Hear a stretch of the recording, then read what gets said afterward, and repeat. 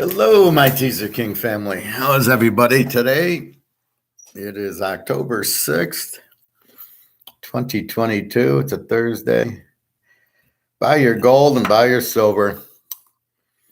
They are about to go through the roof. All these countries collapsing, create this huge demand for gold and silver.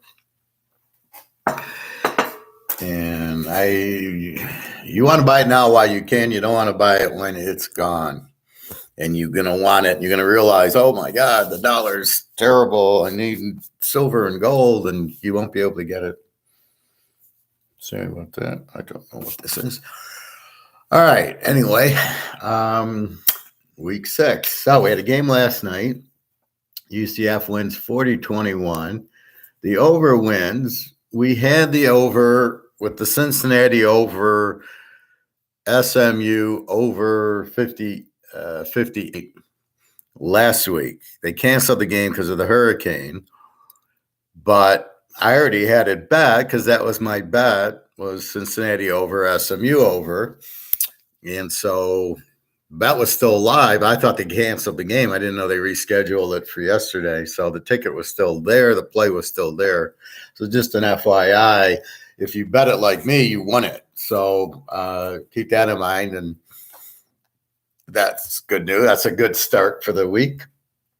We have tomorrow, we got Nebraska, Rutgers, Houston, Memphis, Colorado State, Nevada, and Vegas, San Jose State. So first things first, let's go through the line as of 11:39 on October 6th.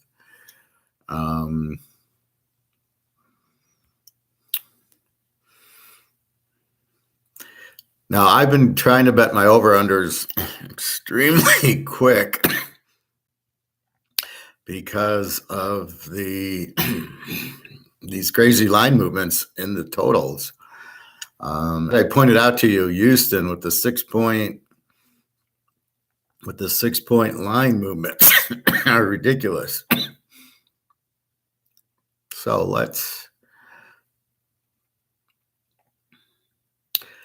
I'm going to go to Vegas insider.com where they have multiple picks. Sometimes people go, where'd you get this line at? Where'd you get that line? The line moves just like a stock. I take the best line at the time I'm doing it. So please, that's, when I'm saying that, that's where I'm getting it from. Anyway. Jay Bradley, I shared your video yesterday with a friend, and he didn't appreciate your knowledge on finances and where we are headed. I personally think otherwise. You make your own intelligent points. Well, the guy's welcome to come on here and leave comments as you have, Jay. Didn't appreciate my knowledge. I got a master's in it, and I fully understand it. I'd like to know what he's questioning.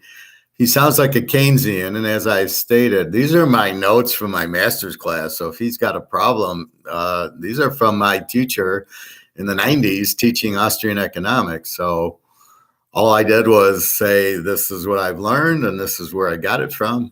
Morning, Major James. So what exactly, is he a Bitcoiner that is upset because I'm saying Bitcoin isn't anything? A lot of people get upset about that, especially at poker. I'll play at MGM in Detroit, and I'll ask people, where's your money at? I'm all in gold and silver. I'm about to explode, and I got to get my money out of U.S. dollars. So the Bitcoin people look at me funny, and there's, well, I'm in Bitcoin. It's going to go up. And I'll go, well, why? What drives it up? And they can't answer it. It's really just Russian and Chinese mafia who are in it. So your friends is perfectly welcome on here to ask questions and comments, or if you go to the site, www.teaserking.com, he can get my email. He can send me emails saying, hi, I'm Jay Bradley's friend, and these are the points I'd like to discuss with you. I'm very happy to discuss anything with anybody that I'm talking about, be it football, be it gold, be it Austrian economics. I got a master's in all of it, so I can defend. And when I tell you is to help and protect you, that's why I tell you to buy gold and silver. So I'll have the gentleman or lady give me an email, and we can certainly talk about it. My knowledge is exactly what's going on. Everything I said, I firmly back up. So it's fine that people disagree, but it just shows they don't know what they're talking about if they disagree. Like if you were to disagree, if you come on here with a football pick, I'm going to ask you why. And then because once I make up my mind, I make up my mind. That's the pick I'm going with. And once I determine it, like Iowa under against Michigan last week was a lock, Georgia under. So if you come at me with, I cover, you got to have to prove it because I've already done the research and I know Georgia under and Iowa under is a good pick, and they both won and they were both the lock. So you can see the result of my opinion. So anyway, Jay, they're welcome to comment, or you can say this is what they think, and then I can sit there and we can put in my point of view. But as far as I know, I'm 100% right, and then ask them why the whole economy and the whole world's collapsing, the Keynesian view, and if they're Bitcoiners, it's not money, it's not gold. So why do they think that? Do you think, Professor? Yes, he's a crypto. Well, yeah, they're all babies. They all think crypto is going to go, but then, so just ask him why. So he's probably upset because I say crypto's not real. It isn't real. It's not, and it's certainly not gold.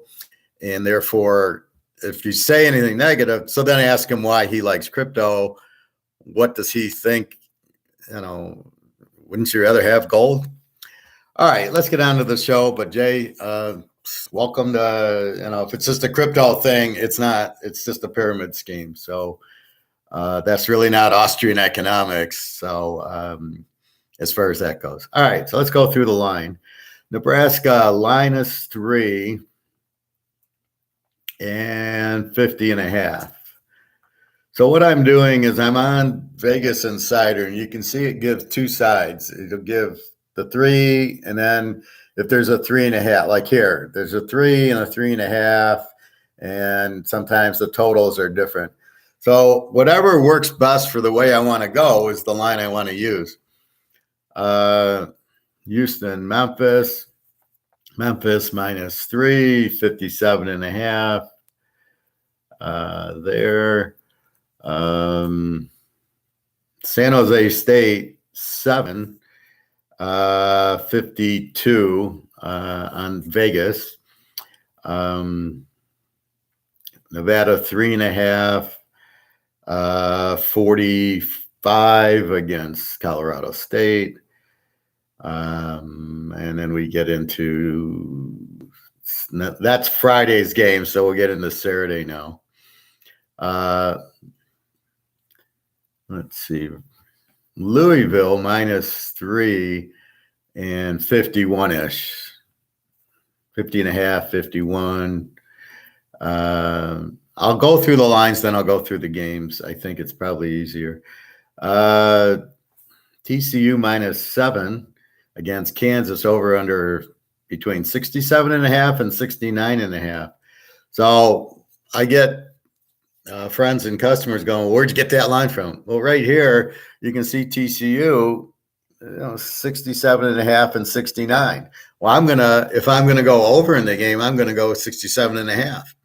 So that's my point. You see multiple lines. I'm going to take the best one. That's what you should do, is shop around also. So if I play Kansas over, I'm going to say 67.5. Why would I take 69.5 if I can save a 1.5? Now, I know my friends who do my 5-team and 8-team and 10-team teasers are on a site like a Bovada or something, and they have to take whatever the site gives them. So that's what they do. Western Michigan 5 and 57 over Eastern, really hasn't changed. Buffalo 2 and 54. So Buffalo's favored and Bowling Green's favored. Now Buffalo's favored again. Mississippi State 7.5 and 61. Now what's happening here is is Jefferson, the Arkansas quarterback that I like so much, hurt his head, and so he's questionable. If he plays, I love the game over. If he doesn't play, then I got to take Mississippi State and take it down to 1.5, because without the quarterback, Mississippi State just killed Texas A&M. So they're going to score a lot. That's what I like about Mississippi State. But Arkansas will score with the quarterback, so that'll go over. Maryland and Purdue. Mary is 3-59. That's about what it's been. It went from 60 to 59 and roughly 3. Florida, Missouri. Florida minus 10.5 to 11.5 to 50, about 55 is the over-under on the game. LSU, Tennessee minus 3 and 60, between 61 and 65. Good luck. This is a surprising spread. Being at LSU should be favored. And LSU, I'm trying to understand the team. They're a B team. They seem to have a very good defense. The quarterback, I'm questioning. I think he's from Arizona State, and they got the best receiver of college or pro in Butte. So very curious why Tennessee's favorite. I know they're explosive offensively, but if LSU's got this strong defense, that'll shut them down. Texas, Oklahoma used to be the game of the day. Texas 6.5 and 65. Oklahoma, Gabriel, the quarterback, is questionable. Hurt his head last week against whoever they played, Texas TCU. So we're not sure. If he doesn't play, it's an automatic under. If he does play, then it's a question. Then maybe you take Oklahoma as the dog. So there's a few quarterbacks that I got to wait probably till at least Friday night or Saturday to see if they are playing or not. And then Jefferson, I mean, these guys with the head injuries, I think they're fine. I think they can play. It's the guys with the knee injuries that they try to go. They probably can't go the whole game. Michigan and Indiana. Michigan is 21.5 and roughly 58.5. Georgia Southern, Georgia State. Georgia Southern is the one that beat Nebraska. Georgia State just pounded Army. They're both very good teams. Georgia State's minus 2.5, over under of 67. So it should be a very exciting game. Ohio and Akron. Ohio is 10.5 and 59. Cincinnati, 27.5, 28, 59 roughly. So I got 28. We'll go 27.5. And 59 right in the middle. Northern Illinois, Toledo. We've got Toledo 5.5 and basically 59.5. Pitt 14.5 and 42. That's down from 44 against Virginia Tech. Central Michigan is 7.5 and approximately 63.5 against Ball State. Check the CMU quarterback, Richardson. If he plays, then definitely it's a different thing. It looks like he's going to play at 7.5. I would think he is. Auburn and Georgia. We got Georgia 29.5. Over under 49.5. So that over under really hasn't. It started at 50, 49.5. Tulane and East Carr. Tulane is a 3.5, and 56. So that's down from 58. And UCLA and Utah. UCLA is a big game. Utah's down to 4 and still 64.5. So that's gone up a little bit, not too much. Texas Tech, Oak State. Oak State is 9 and about 67.5, 68. Navy and Tulsa. Tulsa's 5.5, and call it 45. Miami of Ohio and my Kent. Kent is 5.5, 6, and 56.5. So 57. Okay, so 657 roughly. Miami of Ohio's quarterback's out. Gabbert. So it's a question of how good is their backup, and we'll let you know. UMass and Liberty. Liberty minus 24.5. 46.5, 47. So that over's come down from 50 to, let's call it 47. UMass, as we know, is the Z team. They're the worst team. Liberty's had quarterback issues. So are the quarterbacks playing, or who is? UAB minus 9, 52.5, 53. To Middle Tennessee, who's not bad. UAB is a very good team, so they're at home. We'll see what happens there. Wisconsin against Northwestern. Wisconsin minus 10. Over under 44.5. That really hasn't moved. It's 45. You would think that's an under game. And I'll walk through all these games for you guys. Ole Miss 17. Down from 18. And 61.5. That's what I got, 61. So I think it's down a point or two. Ole Miss, okay. Vandy's more of an over this year. Last year they were a Z team. Washington, Arizona State. I think that's page 2. No, it's page 1. Where is Washington ASU? Usually they stay pretty close to where they were. Oh, come on. Here it is. Washington is 13.5, 14, and 56.5, 57. I think I had it at 57. I had 14.57 basically. Duke, Georgia Tech. Okay. Duke laying 3.5. Georgia Tech's the Z team. Over under 54, 55. Okay. Ohio State, Michigan. Ohio State 25.5 to 27.5. Over under 62.5 to 65. So there's a lot of room to shop here. So FanDuel is 62.5, and whoever BP is 65. FanDuel is 25.5, and Fubu is 27.5. So you should have multiple accounts, just like you have multiple grocery stores or multiple places, so you can check prices, right? And here you're checking lines. So you want to bet Ohio State, you should lay 25.5 instead of 27.5, and you should go over 62.5 versus 65. So that's why you want to have multiple accounts. I know it's a pain in the ass, but it does make you a lot of money at the end of the day.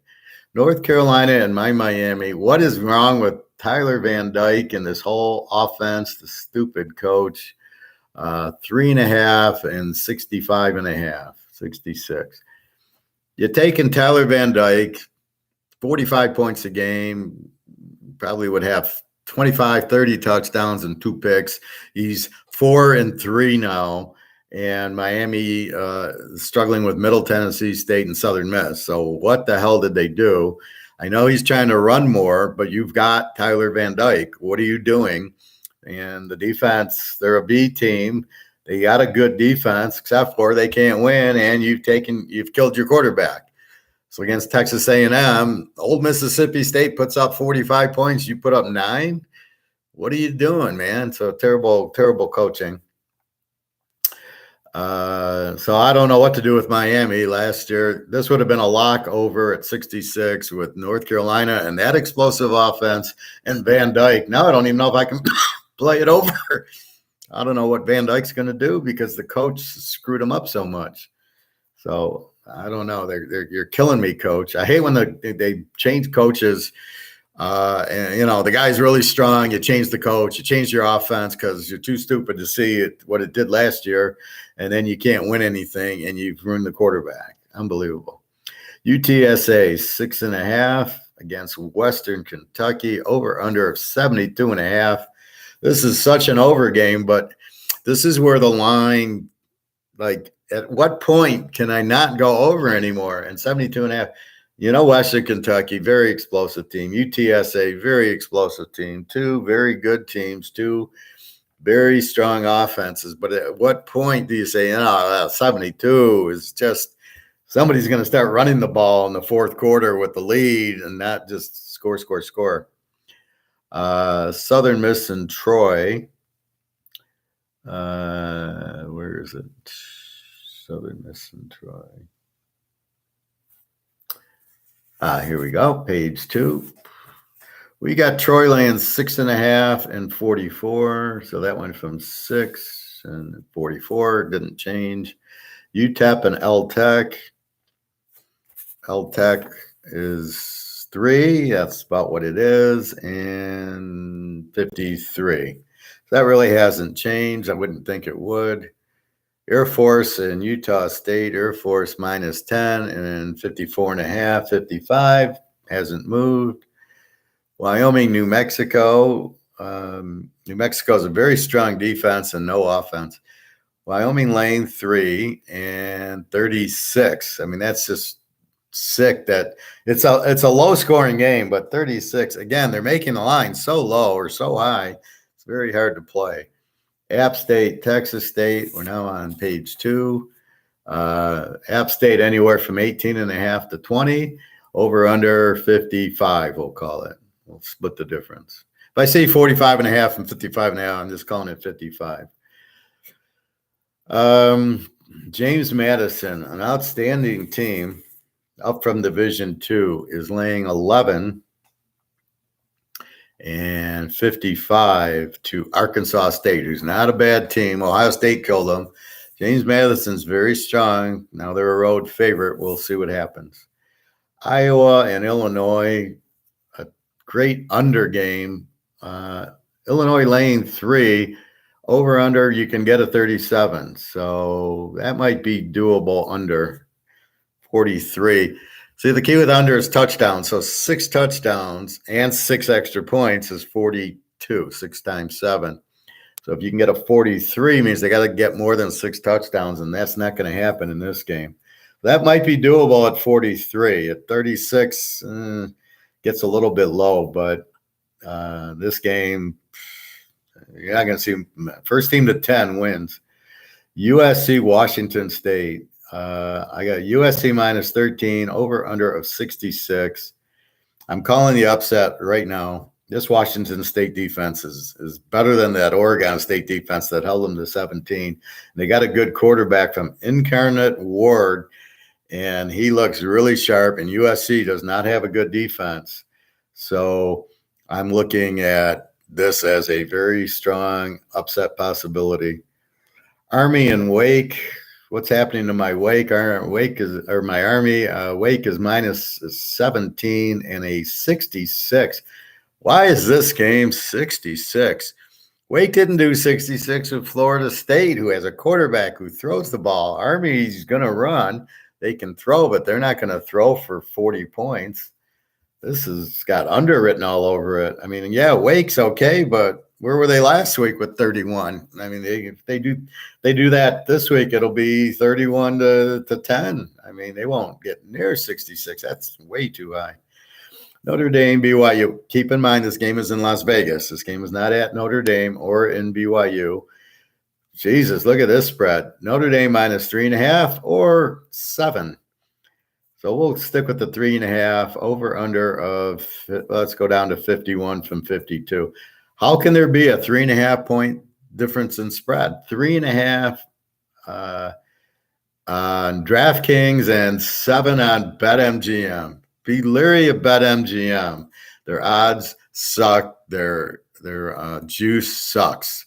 You'd be paying $1.30 for a teaser bet where everybody else is $1.10. So be very careful about MGM. Don't bet there unless it's absolutely necessary.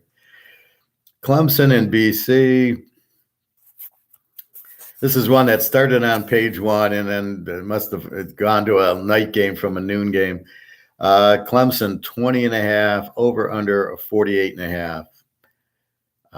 Clemson's been playing better in scoring, so I think Clemson is they might cover the 20.5. BC doesn't have much offense, although they did show a little last week. Clemson's defense isn't where it's been at, but their offense seems to be scoring a lot more. So maybe they're turning the corner, figuring out how to score, even with Ucla, who's terrible, but they're finding good ways to get rid of the ball. So he's running a little bit more. Anyway, they're putting up points. So last year they'd scored 10 a game. This year they're a good A team. So don't ignore Clemson anymore. I don't know that they're that good, but they did beat NC State and they did put up 30 on them. So we'll see. Kentucky and South Carolina. We've got, where the hell is that? Okay, back on page 2. Kentucky, Jesus Christ, -6 to -10.5. So I'll call it 10. Over under 46 to 49.5. What kind of lines are these? 46 to, so I'll call it 49. I'll call it 10 and 49. If you can get a 6 on Kentucky, bet the hell out of it. This is PB, whatever that is. And if I'm not really over under on this game, but Kentucky -6 is a joke. I mean, they'll win the game. South Carolina is terrible, and Kentucky, as I mentioned, they won at Florida. They should have won at Old Mississippi, so they're a very strong team, much better than you think. K-State, Iowa State. K-State -2.5 and 45.5. North Carolina State, Florida State, another good game. We've got Florida State. We had North Carolina State -3.5 at home, over under between 48.5 and 51.5. Jesus Christ, this is just crazy. So I'll put it at 50. I'll just take the middle. Do I want over or under on the game? Probably under. This looks more like an under game. Coastal Carolina, Lou Monroe. Love the Coastal Carolina team. McCall's playing as far as I know, so that's good. -13. So for teaser bettors, gets us down to 7, and 57 and 58. So we'll go 57. This should be an over game. Lou Monroe's a Z, so this should be Coastal Carolina just putting up a 50 on them. A&M, Alabama, 23.5, 24.5. We'll call it 24, and 51, 52 over under. Now we have to check the condition of the QB for Alabama. But we also they have the backup, who's just a running quarterback. That's like the same thing. See, this is where it's a system. Alabama can put in another quarterback, and he's just as effective, means it's a system. Because for Miami and for Utah, they had quarterbacks who weren't good, and they bring in Van Dyke and Rising, and all of a sudden it's a different team. That tells you it's the quarterback. But in Alabama and Ohio State, they can plug in anybody, and they don't miss a beat. Tells me it's a system. You don't want system quarterbacks in the NFL. That's why Fields sucks. Tagovailoa sucks. Hurts sucks. I mean, they run around. Like Hurts is running around, so you think he's good. But if they take that away, if anybody finally goes and puts in a couple extra safeties and takes the run away from them, then we'll really see. But we'll see what happens. Oregon, Arizona. Oregon is 12.5, 13.5, and 70.5. That will be a high scoring game. Fresno State, Boise 7 and between 45.5 and 48.5. This I think more under because Fresno State, Hayner's out, right? Broke his ankle. Backup sucked. Couldn't even beat Connecticut. Couldn't score on Connecticut's real rough defense.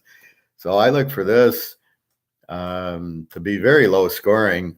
Boise doesn't have an offense. It's weak. Fresno apparently doesn't have an offense, or they'll run the ball more, or little swings. They got to tone in their offense. This got to be low scoring. San Diego State, Hawaii, both teams suck. San Diego State, we'll call it 21. Over under, we'll call it 49. And last but not least, Oregon State, Stanford. Oregon State is 7 and 56.5. So those are the lines as of 12 o'clock on Friday. So that's it. Now, I've posted 6 locks already because I wanted to make sure the lines didn't change.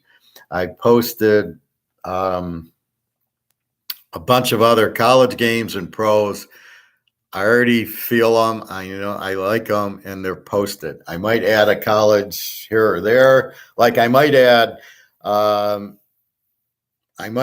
like Arkansas over if Jefferson plays. If I see he's probable, or I hear he's playing, or I guess I can go on Twitter and find Jefferson and say, is he playing? And then they'll tell you on Twitter.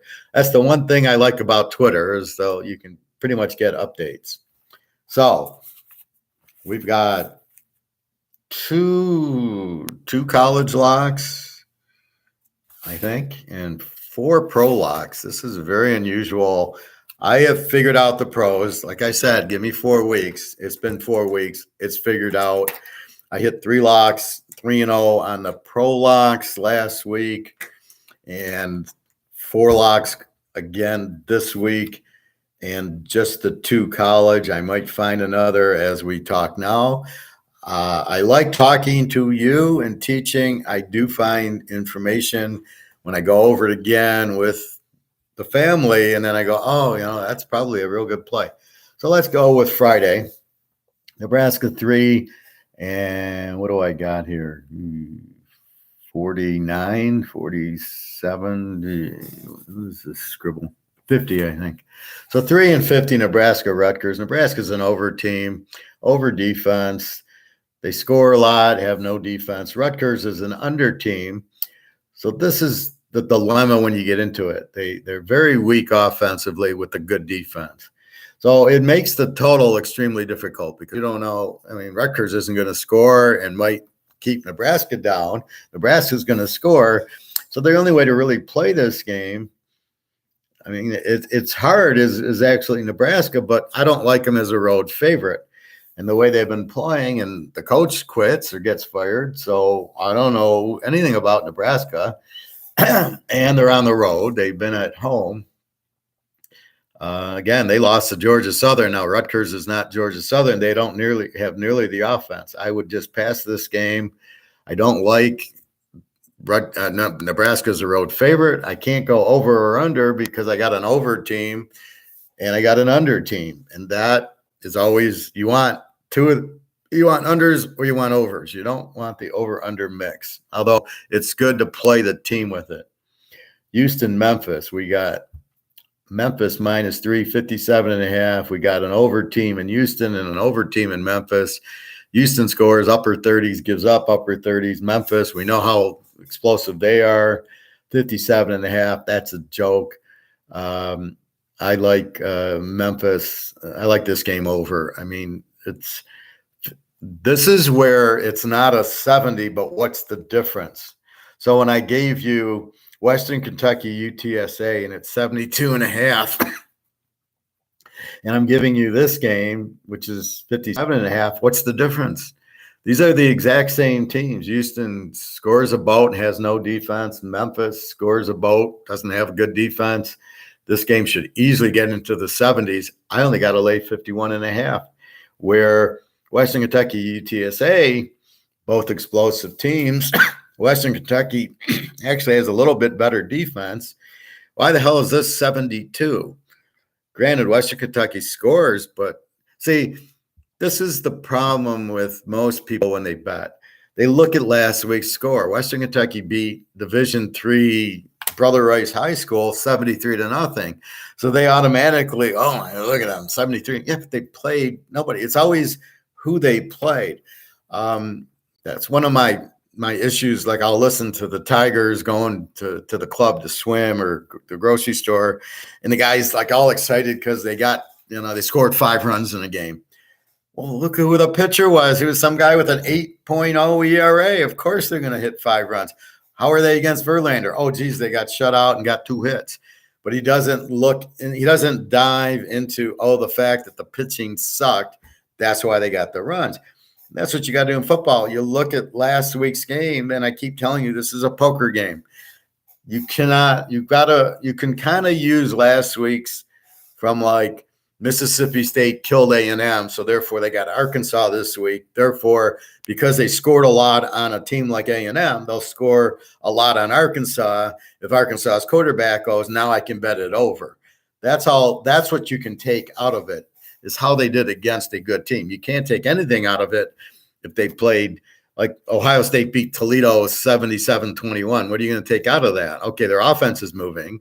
Toledo scored 21 on them, but that's about all. And Toledo's not a bad team, actually.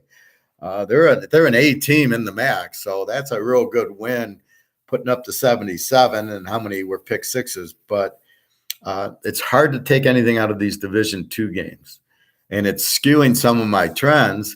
That's why I try to know the Division II games. So like I've done here.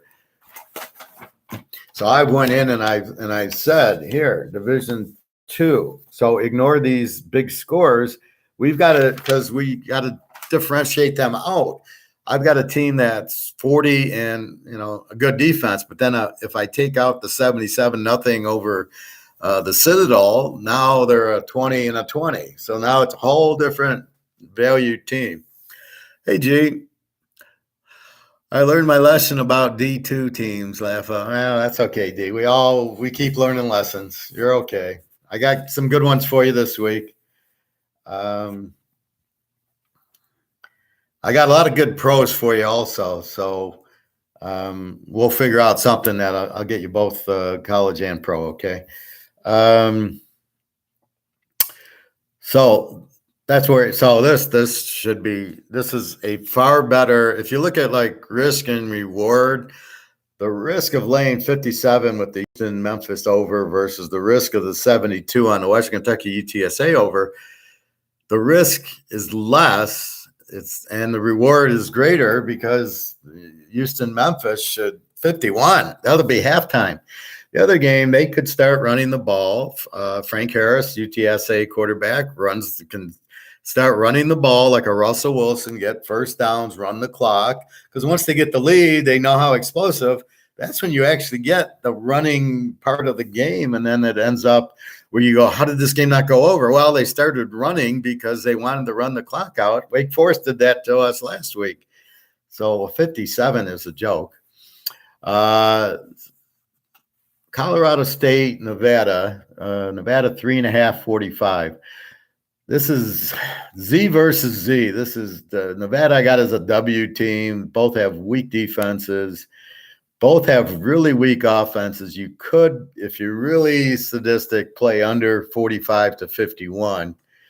If you really want to. I don't see that. I just run from a game like this. I don't. Because with weak defenses, they could score a lot. I mean, they don't normally, but in this type of game, they could run it up, even though their offenses are weak. But again, it's against better teams, so they look worse, and then they get into this, and then they might score a lot. So this is a game I just have no interest. Vegas, San Jose State, B team versus B team. We've been on Vegas a lot. They look very good this year. San Jose State, I looked at theirs. They look very good also. They're both B teams. They both have under defenses. Very hard to play this game over. It's 52. The better balanced team is Vegas, so they can run and pass. San Jose State just passes. I like Vegas in the 13 in this game. I think they've done well. They've turned a corner. They look good. Versus they could easily win the game versus San Jose State blowing them out. So I think Vegas in 13. Over under, you've got good defenses, and they just played a low-scoring game, Vegas, last week. I think they won, but it was not, a 50-point game. So I think here I like the dog in a tease the dog game, right? B against B, tease the dog like we did last week with Oak State Baylor. You don't ask questions. Oak State Baylor, give me the dog. The dog actually wins the game. And I think that's what we have here. Okay, that's Friday's games. Saturday, Purdue, Maryland. Maryland 3.5, 59. They're both under defensive teams. So now I'm getting to the next level. So I can see on my sheet, I can now see the defense. So over here, I'm going over or under. I can see the offense. So I got it all right here. There's way too many games, but it works in the pros even better. So now I'm seeing, okay, they're under defenses, which means they don't give up. They give up like 22 or less. Over under a 54. Maryland's more of a balanced team than Purdue. Purdue's all O'Connell and passing. He played last week. Maryland laying 3. I would again say this is take the dog in this game. Take Purdue in 9 as long as O'Connell looks like he's playing. Tagliabue Jr. got hurt, and maybe he plays, maybe not. But I think now Purdue's much better at home, but I think this is a dog play. I don't think Maryland's that strong. They're going to blow out Purdue, and you got 9.5 here. So I like Purdue, I think. Florida State, NC State. NC State, the A team, good offense, good defense, mostly a passing team with Leary, very good quarterback. Florida State, what the hell happened to them last week? 21 on Wake Forest? You kidding me? And I checked my bet. It was 58. So the game's 31-21, and Florida State's driving. They don't get the holding penalty, and they score the touchdown. I actually win. I go 8-0 on my locks because, again, the lock was in at 58. It did move up, but when I put the lockdown on Tuesday, it was 64. I 58'd it. They get the fucking touchdown, and I win that lock. So I was very disappointed. They were driving, got a holding penalty, but even all their passes were quick outs. What the hell? And then they try a 55-yard field goal. Like, what are you thinking? So I don't know. Again, it's hard because now you're a little pissed at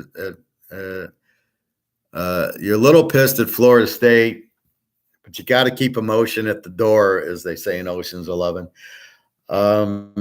Be careful with that. It's A versus B, not A versus A. I like North Carolina State at home to win. Both have under defenses, although Wake put up a 31, which could have been higher, but they started milking the clock at the end. Over under a 50.5. I don't know. I mean, watching that Florida State offense, I'm not sold that they're an over team. They're going to score a lot. So to me, it's almost an under, but again, I don't want to react to last week. So I think the best play here is North Carolina State off of a loss. They played Clemson very good. They scored a lot on that defense. That's impressive, as Wake did. See, that's really your test. When you put up a lot, Wake put up 50 points on Clemson. So you figure they're going to put 50 on Florida State. But that shows you they're going to score on anybody. And that's really what you use the prior games for. Shit, Clemson's got 6 All-Americans on defense. Now, maybe 1 or 2 are injured. I don't actually go into the defensive linemen and see, is this the All-American or not? But, I mean, you could, but I don't. I sometimes do with the running backs. They'll be injured, and I'll go, is this their starter? Is this the guy? And if it is, then I'll back off the game. So NC State laying 3.5 I like. Louisville, Virginia. Louisville laying 3.5. Virginia's an under team. Louisville's an E team, so they score mid-20s, give up mid-20s. I don't know what else to call them because they score and give up too much to be an under, but they're not an over. So it's like, they don't fit into the. I got round holes and square holes, and now I got this middle. So what do I call it? So I just call them E. So I know they're mid-20s offense and defense. Both defenses are under. Louisville's balanced, but I think it's the quarterback running. Virginia's passing. The game's at Virginia. They're an under team. I think the dog is the play here. Virginia 9.5. I don't like a team like Louisville being a road favorite. It's just not the type of team I'm going to sit there and go, oh, they're going to win for sure at Virginia. I think Virginia in the 9.5, I think this is one of those 22-21 games that you get, kick a field goal at the end to win. That would be my thought there. Clemson, an A team against BC, a W team. W team, they don't score a lot and they don't have a defense. Clemson, we know, has a very strong defense, although they're getting scored on. This spread's 20.5, over under 48.5. The way Clemson's scoring, I'm scared of the under here. If it was normal, this would be a lock under because BC does not have much of an offense. Although BC scored 30 points last week. I just think Clemson's playing well. They beat NC State by 10 or so. So I like Clemson here laying the 14.5. I can't take BC in 26 against this defense. And now their offense is playing. Clemson could easily just kill BC. And that's what I'm thinking. Over under, I can't trust BC to score. Clemson will do the scoring. But BC could score. Their defense is weak. So here's where the over-under works.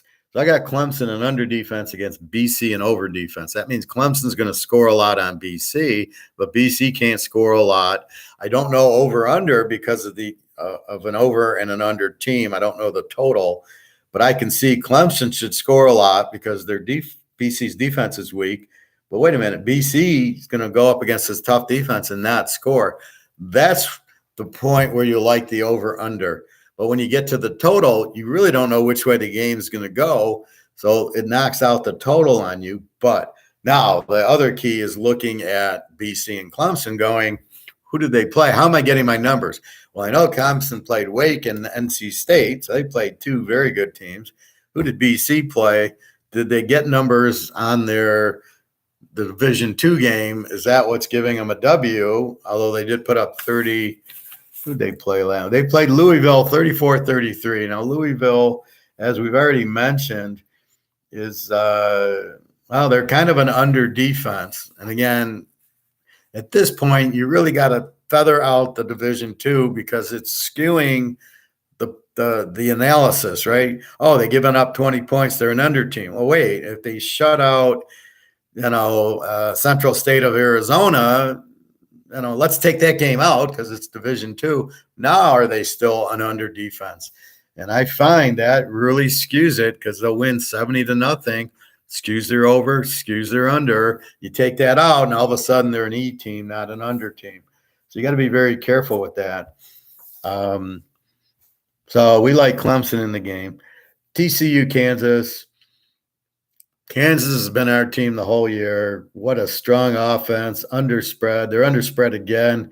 TCU -7, 67.5. Both teams have kind of under defenses. They give up about 23, 24 a game. Let's look at last week. TCU plays Oklahoma and beats them 55-24. Now, the only reason Oklahoma got 24, the quarterback gets hurt, Gabriel, so he leaves the game. Otherwise, they score more, but TCU scoring 55. Holy shit. Kansas, okay, they played Iowa State, and we got the W. They were the dog at home, 14-11. Okay, but Iowa State, strong defensively, 14 on them, not a problem. And they were up 14-0 at half, and they just kind of played ball control, and as long as they had the lead, they just kept going. That shows you how strong Iowa State is to keep them down to 11. Do I want Kansas in 13? Do I take my boys as a home dog? I'm scared out of my mind to bet against TCU straight because they've already murdered SMU and now they've murdered Oklahoma. I'm like, okay, rule number one, you don't fuck with the good teams. You don't fuck with Alabama. You don't fuck with Georgia. You don't fuck with Ohio State. You let them be. You either play them, play the over. You never bet against them because they'll kill you.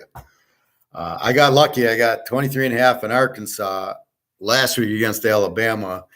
I make it 28-23 in the third quarter. I go, oh, okay, I got this one. And they lose by 23.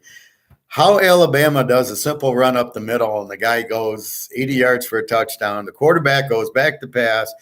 Spied, and he jukes him and goes 75 yards for a touchdown. How Alabama does that, it just blows my mind because everybody else has to kind of drive down the field, first downs and finally get there. Oregon's getting a little like that offensively. So I can't take Kansas in 13. I can't bet against Kansas with TCU. I don't think they'll be flat because they realize Kansas is undefeated. However, I got over and over.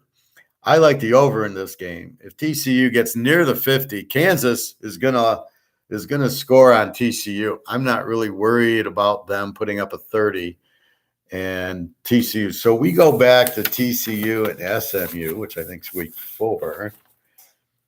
And let's look at that game. I think it was a 70-point game, and that's going to be my barometer because SMU and Kansas are about the same team. Where are you, boys? Okay, here it is. TCU 42, SMU 34. So if SMU puts up 34, I'm confident Kansas puts up 34. You got a 76 there. That over was 70, and they made it. So, again, TCU, what I've determined is a high-scoring team. And to put up 55 on Oklahoma, I do not think they'll be flat. And you put up an SMU who's explosive, puts up 34 on you. Kansas is the same as SMU. That was a 76. This is a 67 down to 61. Take this game over. It's the only way to play it. 2 explosive teams. Kansas, we see is explosive, put up a 50 on Houston. That's my barometer there. Against Duke, they put up a 35. Against Iowa State, a 14. But you watch TCU, Iowa State, they're not putting up a 50 on Iowa State. That's not going to happen. So we go over in this game, just 2 explosive offenses, not great defenses. Good luck stopping TCU. All I can say is they got a hell of a quarterback. He is fast. They score, and so does Kansas. Kansas has been lighting it up. So let's get 30 from Kansas. We're going to get upper 40s from TCU. It gives me in the 70s. We're at 61 down to 61. Again, why is this line under the Western Kentucky UTSA line? That's 72. This is 67. If anything should be 72, it should be this game, not that game. So, again, we're taking advantage of, we're saving 5 points on TCU, Kansas going over at 60. Oh, we need 61. That'll be halftime score. That's 31-30. That's halftime. So that's what you're looking at. I don't think Kansas is going to stop TCU, and I don't think TCU is going to stop Kansas. I think it should be high scoring. Texas, Oklahoma, A team in Texas, B team in Oklahoma, under team in Texas. Remember the Alabama game, 20-19. Then they get beat by Texas Tech 34 or 37-34. So now I'm very confused. Oklahoma, now the key to this is Gabriel, the quarterback, is knocked out. Is he playing this week? I don't know. The line says maybe not. Why is Texas 6.5-point favorites? If he's playing, I think Oklahoma. I have Texas -3, but I don't know Gabriel's playing or not. Over under again is 65. Now, if Gabriel does not play, this is an under game because Texas quarterback's also hurt. The backup's okay, but what have they been doing? They've been running Robinson, and you're not going to run on Oklahoma for a lot. Oklahoma's got a very strong defense. So does Texas. This game, I do not understand why this is a 65. There's no fucking way this is a 65, especially if Gabriel's out. If Gabriel's out, this is under all the way, no questions asked. How are they going to get 65 points without the quarterback and Texas running the ball and 2 very good defenses? This is going to be 27-24. This is a 50-point game. This is nowhere near 65. 65 is TCU. Kansas, 65 is explosive offense. You don't have that here. Oklahoma, not without Gabriel, is not explosive. And against this Texas defense, and need I remind you, held Alabama to 20. So when they come to play, and they're going to run the ball a lot. So this is clearly an under game. Play this under. If Gabriel plays, then it's a bigger under. If he plays, I still play it under. But so this is one of the games I haven't played yet. I'm waiting to hear on Gabriel. If he plays and Jefferson for Arkansas plays, then that's going to be a teaser because now I have all the information I need. Michigan, Indiana, Michigan, a B team, Indiana, an over team with an over defense. Michigan should be able to move the ball all over. Indiana, I don't see them moving it at all. Michigan's very much balanced, very good running. I am not sold on their quarterback. I don't like him. I like McCarthy. He took you to the freaking equivalent of the Rose Bowl for Bo. He beats Ohio State. He beats Iowa. He's okay against Georgia. Had a couple of bad interceptions in the end zone, which I love because we had the game under. But basically, I don't see this McCarthy. He doesn't know what he's doing out there. He can't read. He wants to run. He fades back, 2, 3. Okay, I better run. Where McCarthy would be wait for the receiver to get open.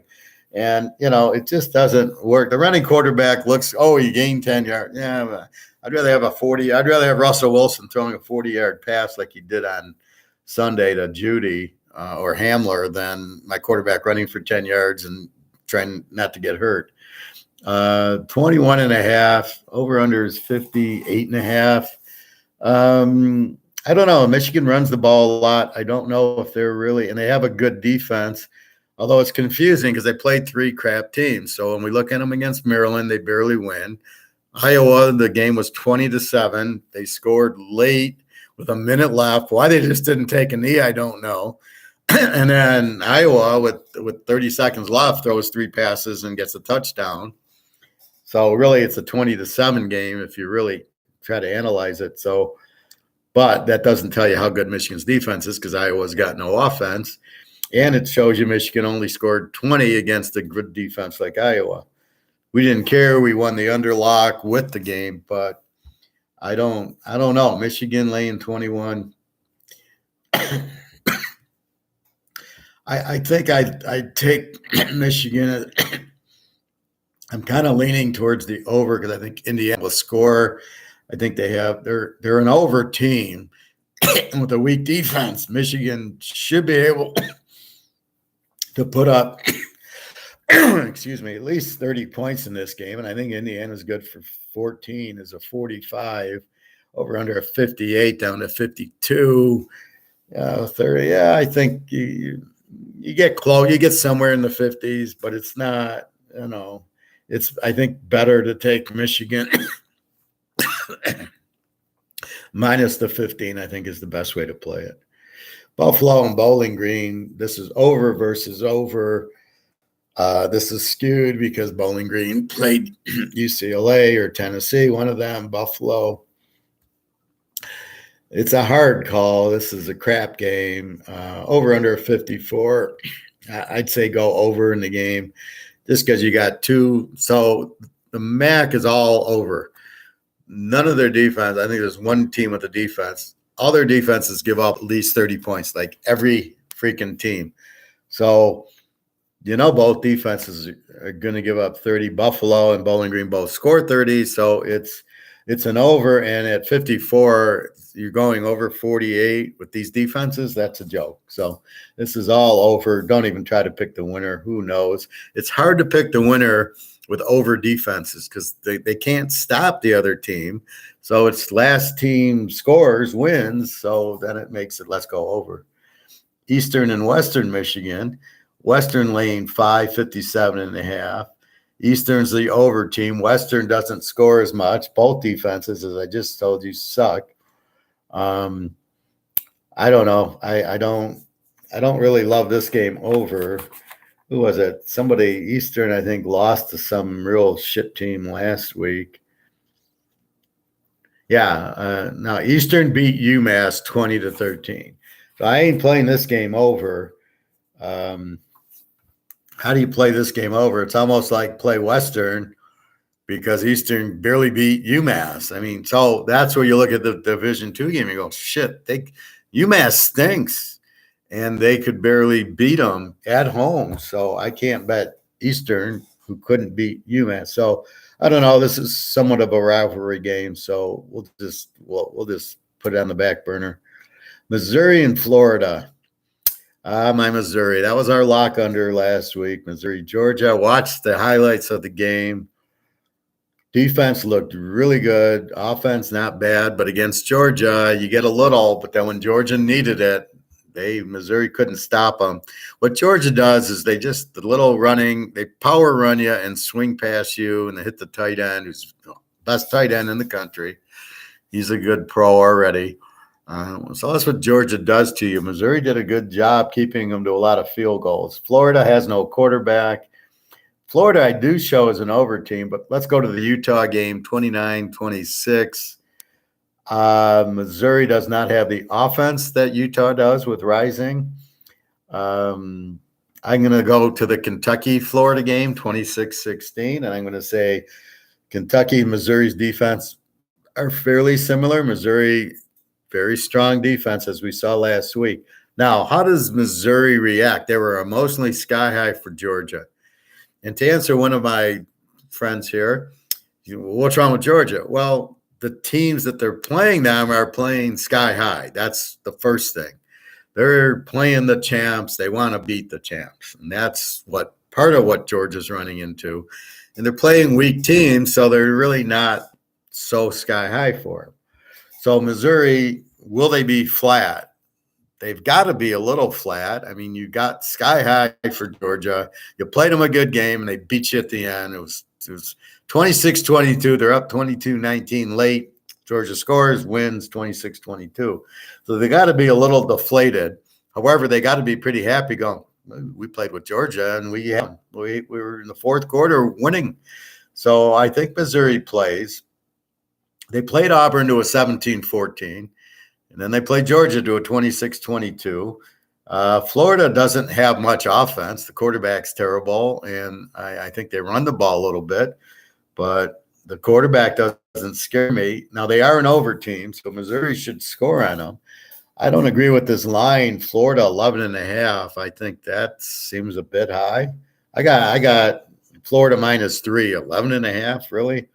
Over under 55.5. I think this game's an under 61.5. Or I think you can take Missouri in 17. The question is if Missouri's a little flat, but I think their defense keeps you in the game. So I like the game under because I think the Kentucky game was a 26-16, and the Florida game and the Utah game was 29-26, which is a 55. This is 55. You go under 61. I don't see how this game gets to 61. Missouri's got a very good defense.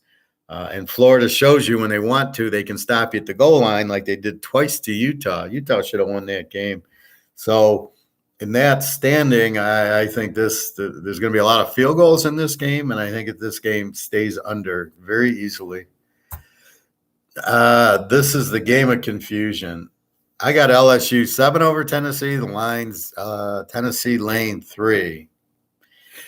So I'm looking at LSU tape, and their defense looks good. Tennessee has the good offense, but we know defense beats offense. It's in LSU. They're both – Tennessee's an A team, so good defense, and LSU's a B team, good defense. They both have good defenses. Can somebody explain the over-under of 62 to me? Now, I know Tennessee can score, but they're playing a very good defensive team in LSU, and their defense is pretty good. But LSU, do they really have a good offense? I've been trying to figure out LSU. I like Brian Kelly. I thought they'd be a good team. They lost to Florida State. Now, the key to me in this game is they killed Old Mississippi State, who is exactly like Tennessee, like 42-14. And then we see Mississippi State last week blow out Texas A&M in that defense. So we're going, wait a minute. So Mississippi State scores 40 on A&M, but 14 on LSU. Now I'm like all over the place going, okay, I don't know what I got here. I think I like this. I don't know how this game's 62, and I don't know how it's going to get there. I think maybe, okay, Tennessee's going to score. I love Hooker, good quarterback. Tennessee, good offense. This one's really got me confused. I think you got to go LSU in 9, betting their defense, although I don't really like their quarterback. I love Bote, the receiver.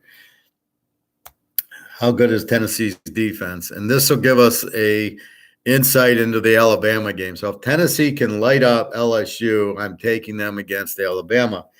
If they lose 33-0, then you can't take him against Alabama. So this would be an interesting case. I don't know. I don't know how this game gets 62. Not with both teams having good defenses. And LSU really doesn't have a strong offense. So LSU is going to play ball control. Their quarterback runs. They got a very good defense. I don't see Tennessee doing, throwing these 60-yard passes against LSU. I think this game's an under. But I think I like LSU in the 9 better. I think at LSU, they keep it close. I think that's what happens. Their defense is just too strong. Again, it's two good defenses, and I hate playing an over against two good defenses. So this is actually, I'm going to put under on it. I don't think I'll play it because I think there's so many other games that are less risky than this. I mean, I'd rather be on the TCU Kansas over than mess around with this game. Arkansas, Old Mississippi State. All right, Old Mississippi State -8 because of Jefferson's injury. He's questionable. Over under 61. I love it over if Jefferson played. This is an easy over. Arkansas will score. Mississippi State will light it up with the Mike Leach offense. They lit up A&M with 4. Who's put up 40 points on A&M? Nobody. Miami got 9. Arkansas got 21. Should have had probably 30. I mean, nobody's putting up 40. Mississippi State put up 40. Arkansas 23 on Alabama. So I mean, this is a 75-point game at 61. But who's Jefferson's backup? I don't know. And then we can see Jefferson. If Jefferson plays, this is an over. This might be a lock over. That we'll see. Again, how strong is Jefferson? But I would bet if he's listed as questionable, he's playing. He's not going to miss that. Now, will they be flat after the Alabama game? I don't think so. I don't think because you play once a week. The Oklahoma-Texas winner may be flat next week, depending on who they play. But not necessarily. I've seen where Oklahoma-Texas winner goes out, Oklahoma wins, they win the next week. So I think it's more matchup. But I don't think Arkansas is flat from getting killed by Alabama. I think they'll be very focused. And Mississippi State beat A&M. I think they're going to put up 50 on Arkansas, and Arkansas is going to be one of these 50 to 40 games if Jefferson plays, and it's 61. Again, versus the UTSA Western Kentucky 72.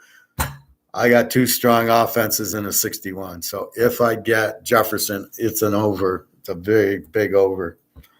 Akron and Ohio. Akron's a Z team. Ohio's an O team. Both have weak defenses.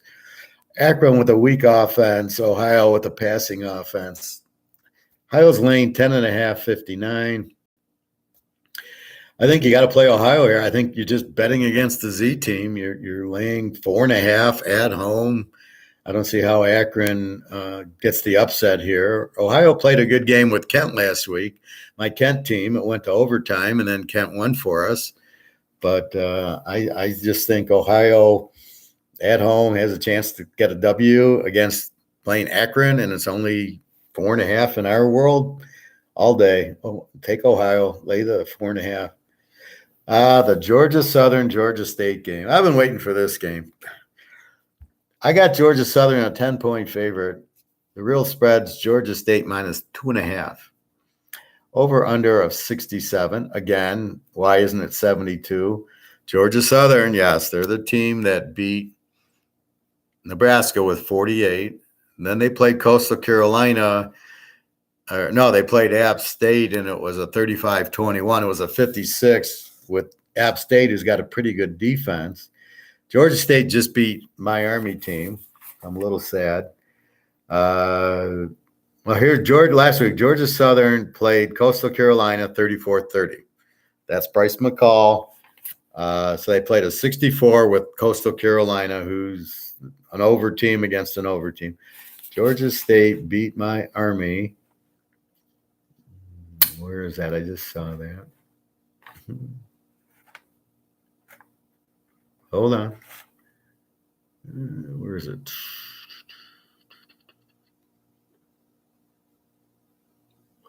Oh, come on. I just saw it.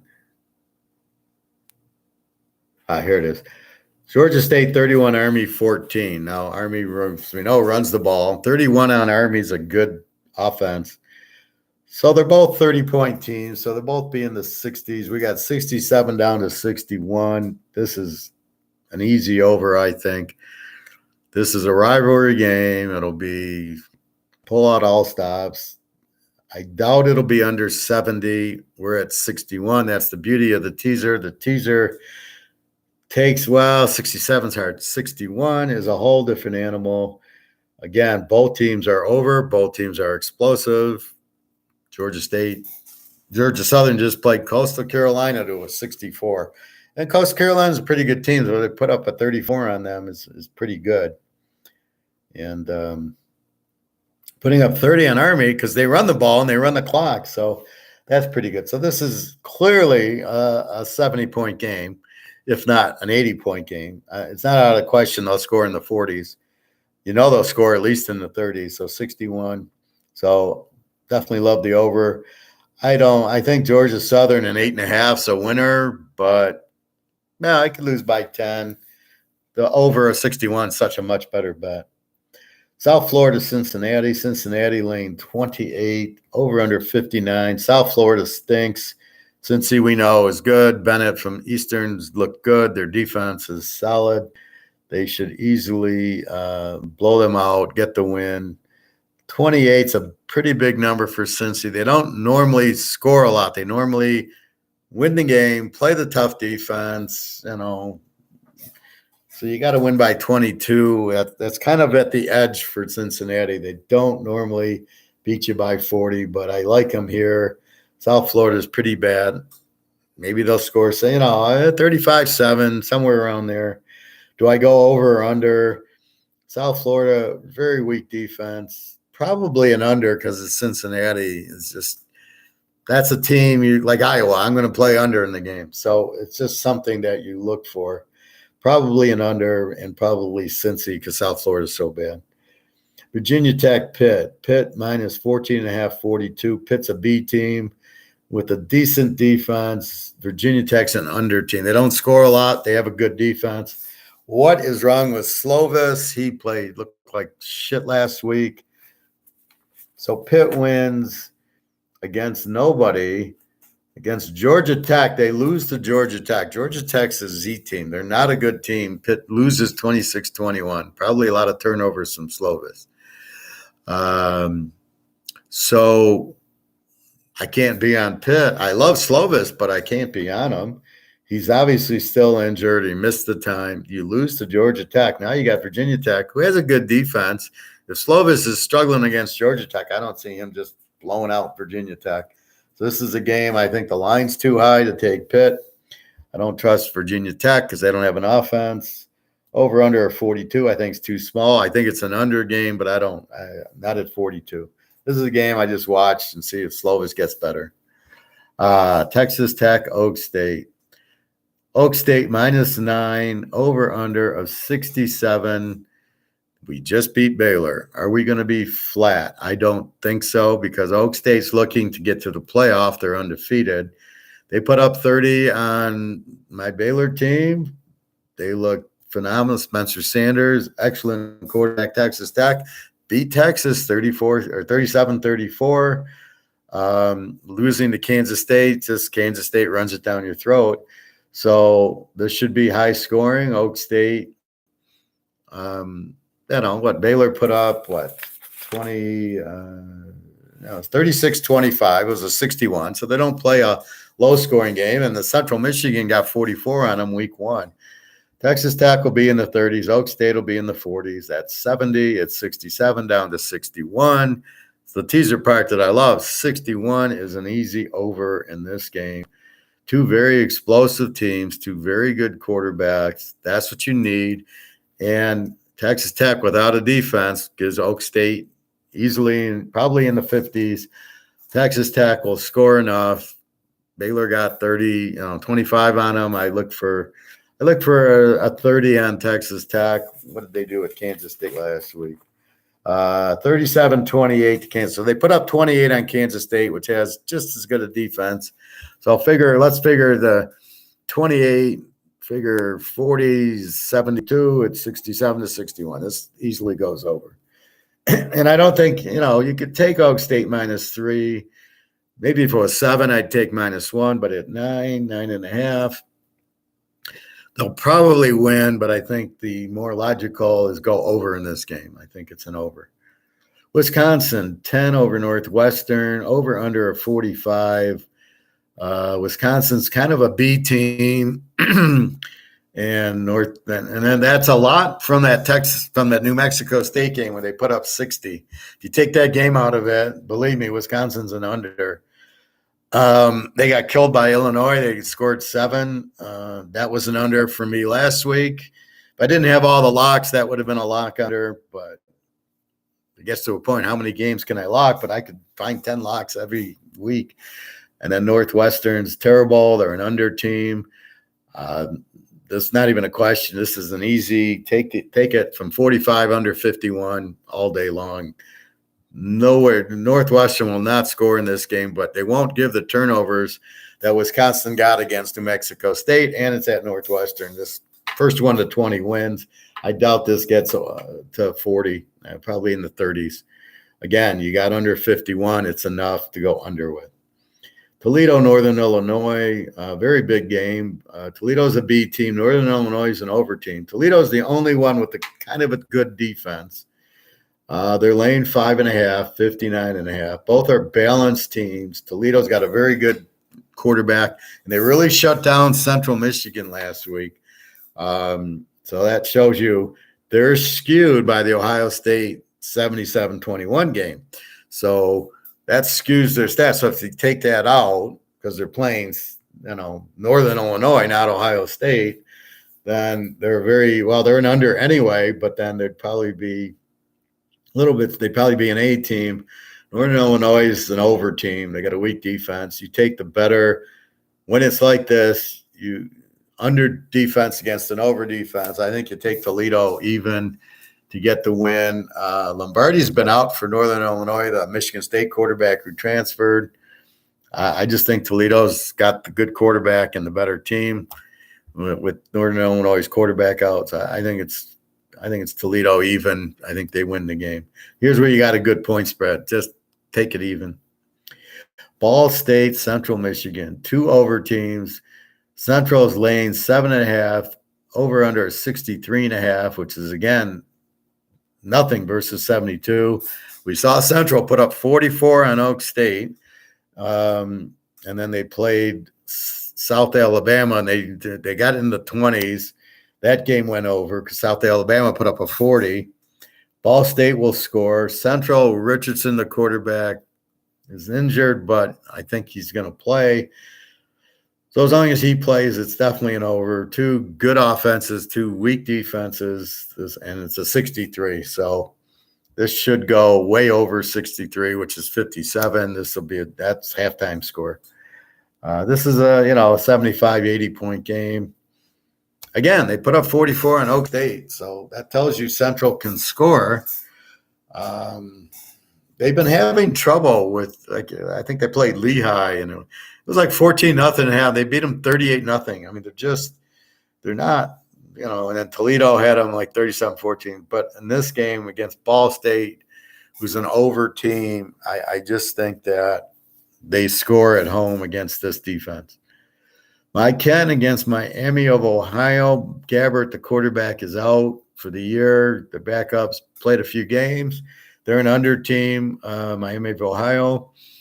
Kent, we know they're an over. They're well-balanced. Love the quarterback. Great running back. He fumbled like 4 times last week to keep the game close, where Kent won in overtime over Ohio. Here they're at Miami of Ohio. I don't know what to do with them here. They don't look like as strong, but they are still very balanced. I think they like 220 to 218 run pass. So Ken I like. The question is Miami of Ohio. They have a pretty decent defense. Probably not where I want to play Kent, -6 on the road against Miami of Ohio. Over under 57, I can't play. Miami of Ohio doesn't have the quarterback. I don't want to go under in a Kent game, so I'm going to just watch this one. We'll see how they play Miami of Ohio. Utah, UCLA, A versus A. This is for the playoff. This is everything. Utah is laying 4 at UCLA. Washington laid 3 at UCLA, and UCLA killed them. Over under of 64, 64 and a half. I bet this game real early because I don't want this spread getting away from me. So you have both teams have different defenses, but when I looked into them, UCLA played South Alabama 32-31. UCLA played another game. Well, they played, the reason they're under is the Bowling Green game where Bowling Green got 17. And then they played another game. Oh, the Washington game, right? 40-32 against Washington. It's a 72. They don't look like an under defense against good competition. So that's the key, is you got to dig into the under. Well, wait, they played Bowling Green and they played the Division II team. So that was nothing. So that makes their under look better. But when they played Washington, it's 40-32. Same thing with Utah. They play Florida 29-26. You give up 30 points to Florida. Then they played Oregon State last week, but Oregon State's quarterback got hurt. Chase Nolan gets hurt in the game. So now they got the backup in, so they're not scoring. So really Utah, are they really an under team? I don't see it being an under against UCLA. They put up 40 on Washington. They're going to put up 40 here. I think this is an 85. 64 and a half is 58. Thank you, God. I've been looking for this over all year, and I got it. And both teams quarterbacks are healthy. This is definitely an over game. This will be like the Rose Bowl where UCLA played Ohio State to a 90. Don't be surprised if this is over at halftime. 58 points, 30-28. Yeah, they'll both be in the 40s here. Not a problem. Auburn, Georgia, my Georgia team, 29. It's a big number, but Georgia's quarterbacks are out. Auburn's an under team. Georgia, we know, is an A team, probably the best team in the country normally. They do have a few injuries, but it's mostly offensive injuries, which is good because we like playing them under. This over-under is 50. This is like a no-brainer. This is take my Georgia that we play under every week, play them under. 50. Again, why is this spread 50? Auburn played, Missouri 17-14. Where do you see this? They played Penn State. They scored 10 points. They're getting shut out in this game, Auburn. Georgia, they're good for their 35. They scored 39 on Kent and 26 on Missouri. Auburn's got a really strong defense, so I look for 29 here and 0 for Auburn. You do the math, 29 over under 56. I think take Georgia under. I don't even think you need me to teach you that. I think Georgia under. Just when you're looking for a game to bet, it's Georgia under. Tulsa Navy, Tulsa minus 5.5, 45. Tulsa's an over team. Navy is an under team. Navy played Air Force to a 14-10 or 10-7 or something like that. Tulsa, strong offensive team. My spread's 10. The spread here is 5.5. I don't know. It's at Navy, which really doesn't matter. I think Tulsa wins. Again, Navy, they played Air Force, but that's not surprising. We'll see how they do against Tulsa, but Tulsa's can score, has a weak defense, but Navy can't really take advantage of the weak defense because they're just going to run their option, but they're not really scoring a lot. They're really low scoring, weak offense. I think Tulsa gets the win, but they're not going to blow out Navy. You just really don't. East Car, Tulane, A versus A, tease the dog. Tulane lane 3.5. Take East Car 9.5. Both teams are balanced. East Car very strong. We had them big against South Florida, 48-28. Easy win. Should have been a lock. I should have locked them with Wisconsin under also, or instead of the Wake Forest thing. But I love East Car. Very good team. Very good quarterback. They're trying to run more. Tulane, very good team, even though it's Tulane, you don't know about them, but very good team. But I like East Car as the dog here, getting 9.5. Liberty and UMass, as we talked, UMass is the Z. Liberty's a B team. Lane 25, so their quarterback must be back. Liberty was a B team, so it has them an under offense. UMass has an over defense. Liberty with an under defense.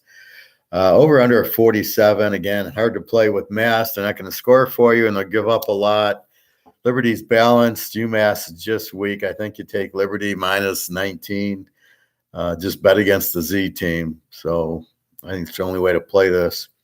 Middle Tennessee and UAB. UAB is a very strong team. They're an A team, lane 9. Obviously an under defense if they're an A team. And Middle Tennessee is an over team, obviously an over defense. Middle Tennessee is a passing team. UAB's balanced, good running back. I think you take UAB minus 3 here. Maybe you take Middle Tennessee, but I don't want to fuck with UAB at home. They're a very strong team. And I think they lost last week, so I think that makes them very live this week. They get pretty pissed after a loss. UAB, where are they? No, that's AUB. That's Auburn, not UAB. UAB lost to Rice, if you can believe that, 28-24. They are going to be pissed off. So look for UAB here at home, win by 20. They lost to Rice. Wow. Rice isn't that, they're an over, they score more, but they're not they're not in UAB's class. Duke and Georgia Tech. Duke's been very strong. They got a good quarterback. He runs, but he's also a pretty good passer. They gave my Kansas a run, but my Kansas beat them. Georgia Tech, the Z team. No defense, no offense. Duke, good defense. Over under 54, minus 3. I like Duke plus the 3 here. You're getting points. Duke's much better than Georgia Tech. It's at Georgia Tech, but Duke's the better team here. I mean, do you want to bet on a Z team?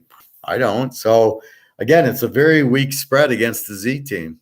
Now, the Z team did win last week, beating Pitt, but we'll see if they've turned it around and now they're a better team, or they're still a Z team, and that, they're weak, but as the year goes on, they get better. So this is what we got to see. So maybe lay away from this game, or you take Duke, but let's watch Georgia Tech, see if they got better, or is this a fluke? They played Pitt with Slovis, who was recovering and didn't play well. North Carolina, Miami minus 3.5, over under a 66. I'm in tears because this is a lock over if the new coach for Miami doesn't fuck up the whole offense, which he's done. They are now running the ball way too much. They got a decent defense, I think, but they lost to Middle Tennessee. Southern Miss gave them all they wanted. They scored 30 on Southern Miss, and they lose to Middle Tennessee. Really? Van Dyke throws 2 or 3 interceptions to Middle Tennessee. One was just the defensive end jumped up and caught it. That means your play calling sucks because you're throwing these sideways passes instead of letting Van Dyke throw the ball long down the field, which is where he excels. North Carolina, a very strong offensive team, weak defense. This should have been a lock over at 66. I can't believe it's 66. The way Miami's not scoring a lot on offense because they're trying to run too much. Hey, she got 9 on A&M, and Mississippi State puts 42 up on them. Miami should have put up 42. Very disappointing. I can't bet Miami in this situation. I can't go over in this situation because I can't trust this new Miami coach. He sucks. When you got a good offense, just leave it alone. Get out of the way. Don't freaking coach. You can't coach. You came from Oregon. You couldn't coach there. You come here, and you're screwing it all up. So the only way to play this game is North Carolina 9.5 because you figure Miami is all, they want to run the ball. You got Van Dyke. You don't run the ball. So I think North Carolina 9.5. I hope Miami gets their offense going again, but at this point, I can't play this game over. Ohio State, Michigan State, Ohio State 25.5, 62. Michigan State looks bad and getting worse. No offense. Quarterback I like, but they're not running the ball. They lost Walker to Seattle, and Walker is great, but they didn't replace him. Now you play Michigan State for the pass. Their pass defense is horrible. Ohio State is still pissed. They lost to Michigan last year. That's going to be every game. Lane 25.5. I love Ohio State minus 19.5 here. They're going to kill Michigan State because Michigan State has a terrible defense. Ohio State's defense is okay. Now, can I go over 62 down to 56 in the game? I can't because I can't trust Michigan State to score. They can't score. How are you going to get over 62? Only if Ohio State gets you to 62. But if Ohio State gets you to 62, they cover the 19 because they're gonna win 56-7 to get to 62. Well, they cover the 19 and a half. I think Ohio State kills them. I think Michigan State's defense sucks. Ohio State's just going to go up and down the field on them. And Michigan State really, they get killed by Minnesota at home. Then they lose to Maryland in a close one, but Tagovailoa gets hurt. I think he got hurt against Michigan and then didn't play. So, they just get killed by Minnesota and Maryland. You're not beating Ohio State. You don't have enough defense. The only way to beat Ohio State is defense and run the ball like Michigan did. It's the only way to beat them. Look in the Rose Bowl. They played Rising in Utah, and that game went to 100, and they were able to pass against a decent defense in Utah, but Rising just lit them up. So I think Ohio State won that game. You've got to beat them with only like Michigan run and play defense. Are you going to beat Ohio State? Or in Alabama, Georgia would beat them with that defense once it's healthy. All Ohio State here by 40, not even close. Washington, Arizona State. You need the defense to beat Ohio State. You don't have it here. Washington, Arizona State. Washington, an A team. I'm not sure if it's an under defense after UCLA put up 40 on them. Arizona State is the W team, so they got a weak offense and a kind of a weak defense. Over under a 57. So they play UCLA to a 70. So Washington scores 32. So let's give them 40 on Arizona State. What does Arizona State do last week? They play USC 42-25. So Washington's going to get their 40. But does ASU get their 25? Again, USC does not have that good of a defense. I'm not sure how strong Washington's defense is. Again, UCLA put up 40. I think ASU scores 20. I think it's 42-20 is a 60. This is a 50-7. This goes over 51 by halftime. I think Washington might get the 51 by themselves. This is definitely very strong overplay. Let's see. Okay, Ole Miss and Vandy. Ole Miss, an A team, but not really that strong. I like Dart, quarterback from USC, transferred when Oklahoma came to USC. Vanderbilt is much stronger offensively than last year. They were a Z team. They had no offense. This year they're scoring and have no defense. Over under 61. And Mississippi's lane 17. I think Vandy can score enough to maybe cover this 23. Do I go over? Mississippi hasn't really been scoring. They have some type of defense. I don't know. It's kind of unknown here. I kind of want to pass on this game. I think Vandy in 23 might be good, but I can't trust them. We'll see what happens, but could be a high-scoring game. The Western Kentucky UTSA game I've been talking about again. Love the over, but I'm not going to take 72 because I just taught you there's 67s and 57s that are out there that are much better values than fucking around with this one at 72. Frank Harris runs a lot, the UTSA quarterback. Two outstanding quarterbacks, should be high scoring, but I am not laying 72 in a teaser. I'm not going 66. No, not with this. Very hard to get to 66 here, so I am leaving this game alone. Do I like a play? Probably, I don't know. UTSA, I like a lot, Frank Harris, but Western Kentucky has a little better defense. They're the A team here. Again, who did they play? And they're kind of skewed because they beat, the Division II high school team 73-0. So Western Kentucky can score. They'll probably keep the game close. Maybe I take Western Kentucky in 12, but I can't play the number's too high, even though I think it gets into the 70s. It's so hard to lay 66. It's like laying 20 in the pros. It's like taking Buffalo, laying 14 to Pitt. You can't do it. It's just too high of a spread, and there's better spread. So I'm going to let that game go, but I do think it's an over. Maybe it gets there, but I'm not going to bet it. James Madison against Ark State. James Madison's the one that beat App State. Pretty good. Lane 11. They're an A team. Strong offense, strong defense. Over under 55. Ark State got killed by Ohio State. That makes them an over team. So if you take Ohio State out, they might not be. High scoring. James Madison's balanced. Good defense. I am not going to bet against James Madison. They beat App State, so I'm leaving this alone unless you want to take James. But I can't even take James Madison on the road, lane 5 to a pretty explosive Ark State team in conference, not against Ohio State. So I think you just maybe you go over 49, but I don't like this at all. UTEP L Tech, UTEP the under team here, Louisiana Tech the over team here. Louisiana Tech lane 3. I'd be better if UTEP was the favorite because then I have a weak favorite like the Kansas-Iowa State game where I told you Iowa State doesn't score much.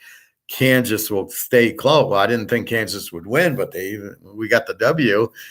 But look what happened. Iowa State scored 11. Kansas's defense isn't that good, but they don't score a lot, so that made it good. I think they missed a few field goals in the game.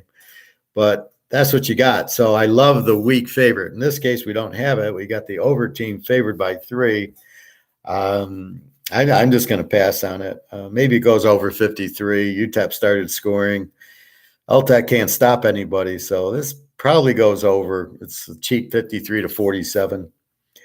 Air Force, Utah State. Air Force, an A team. Very strong offense, good defense. Utah State was a Z team. They switched quarterbacks on me against BYU and put up some points, but I don't know what they're going to do against Air Force. This is same conference. Air Force gets the win against Navy, low scoring. That over/under kept me from betting it under because when the Army's, Navy's, Air Force play each other, they're unders because they know each other's offense. They can practice against it. They're the only ones who can practice at the same speed of the game. Here, I like Air Force laying 4. They just run it down your throat. Good quarterback, good defense. I don't, Utah State's an over defense. I think Air Force just really runs it down their throat, and they can't stop them. And you only got to lay 4. Take Air Force laying the 4. Wyoming 3.5, 36 against New Mexico. New Mexico is a very strong under team, no offense, and a very, very strong defense. Wyoming's a W team, so they don't score. Both these offenses are weak. They don't even get 300 yards a game. And Wyoming's got the worst defense. So here we got Wyoming minus 3.5. Here I like New Mexico as a home dog to a weak Wyoming team. They've got the better defense. They're both weak offenses. They're at home and they're getting 9.5. So I think this is New Mexico getting 9.5 at home. I think this is like we can win this game because Wyoming doesn't bring anything to the table. And they're not this explosive offense, but they do have a weak defense. So I think this is where you want New Mexico and 9.5. Page 2, App State, Texas State. App State laying 19. Oof, I had a minus 10. 19.55, 55 over under. Who is Texas State? They are a under team. They don't score a lot. They have a fairly good defense, but not great. App State is actually an over team. Very strong offense. Because of the James Madison game and some of the others, the North Carolina game, This is the game that went 67-66 or something like that to North Carolina. So, they can score, especially if they're down. But laying 19 points, oh, my God. 55. I can't take over 55 because Texas State won't score. This is probably App State. They've lost to James Madison in conference, so they must win to have any hope, and hope James Madison loses 2 games, because if they lose 1 and they tie, James Madison beat them. So App State must win. They're playing a weak Texas State team who's not really the strong defense. So I think App State blows them out. Southern Miss and Troy. Troy laying 7, 44. Southern Miss is the one that had Miami a little bit, and then Miami finally beat them. Troy had App State beat until the Hail Mary.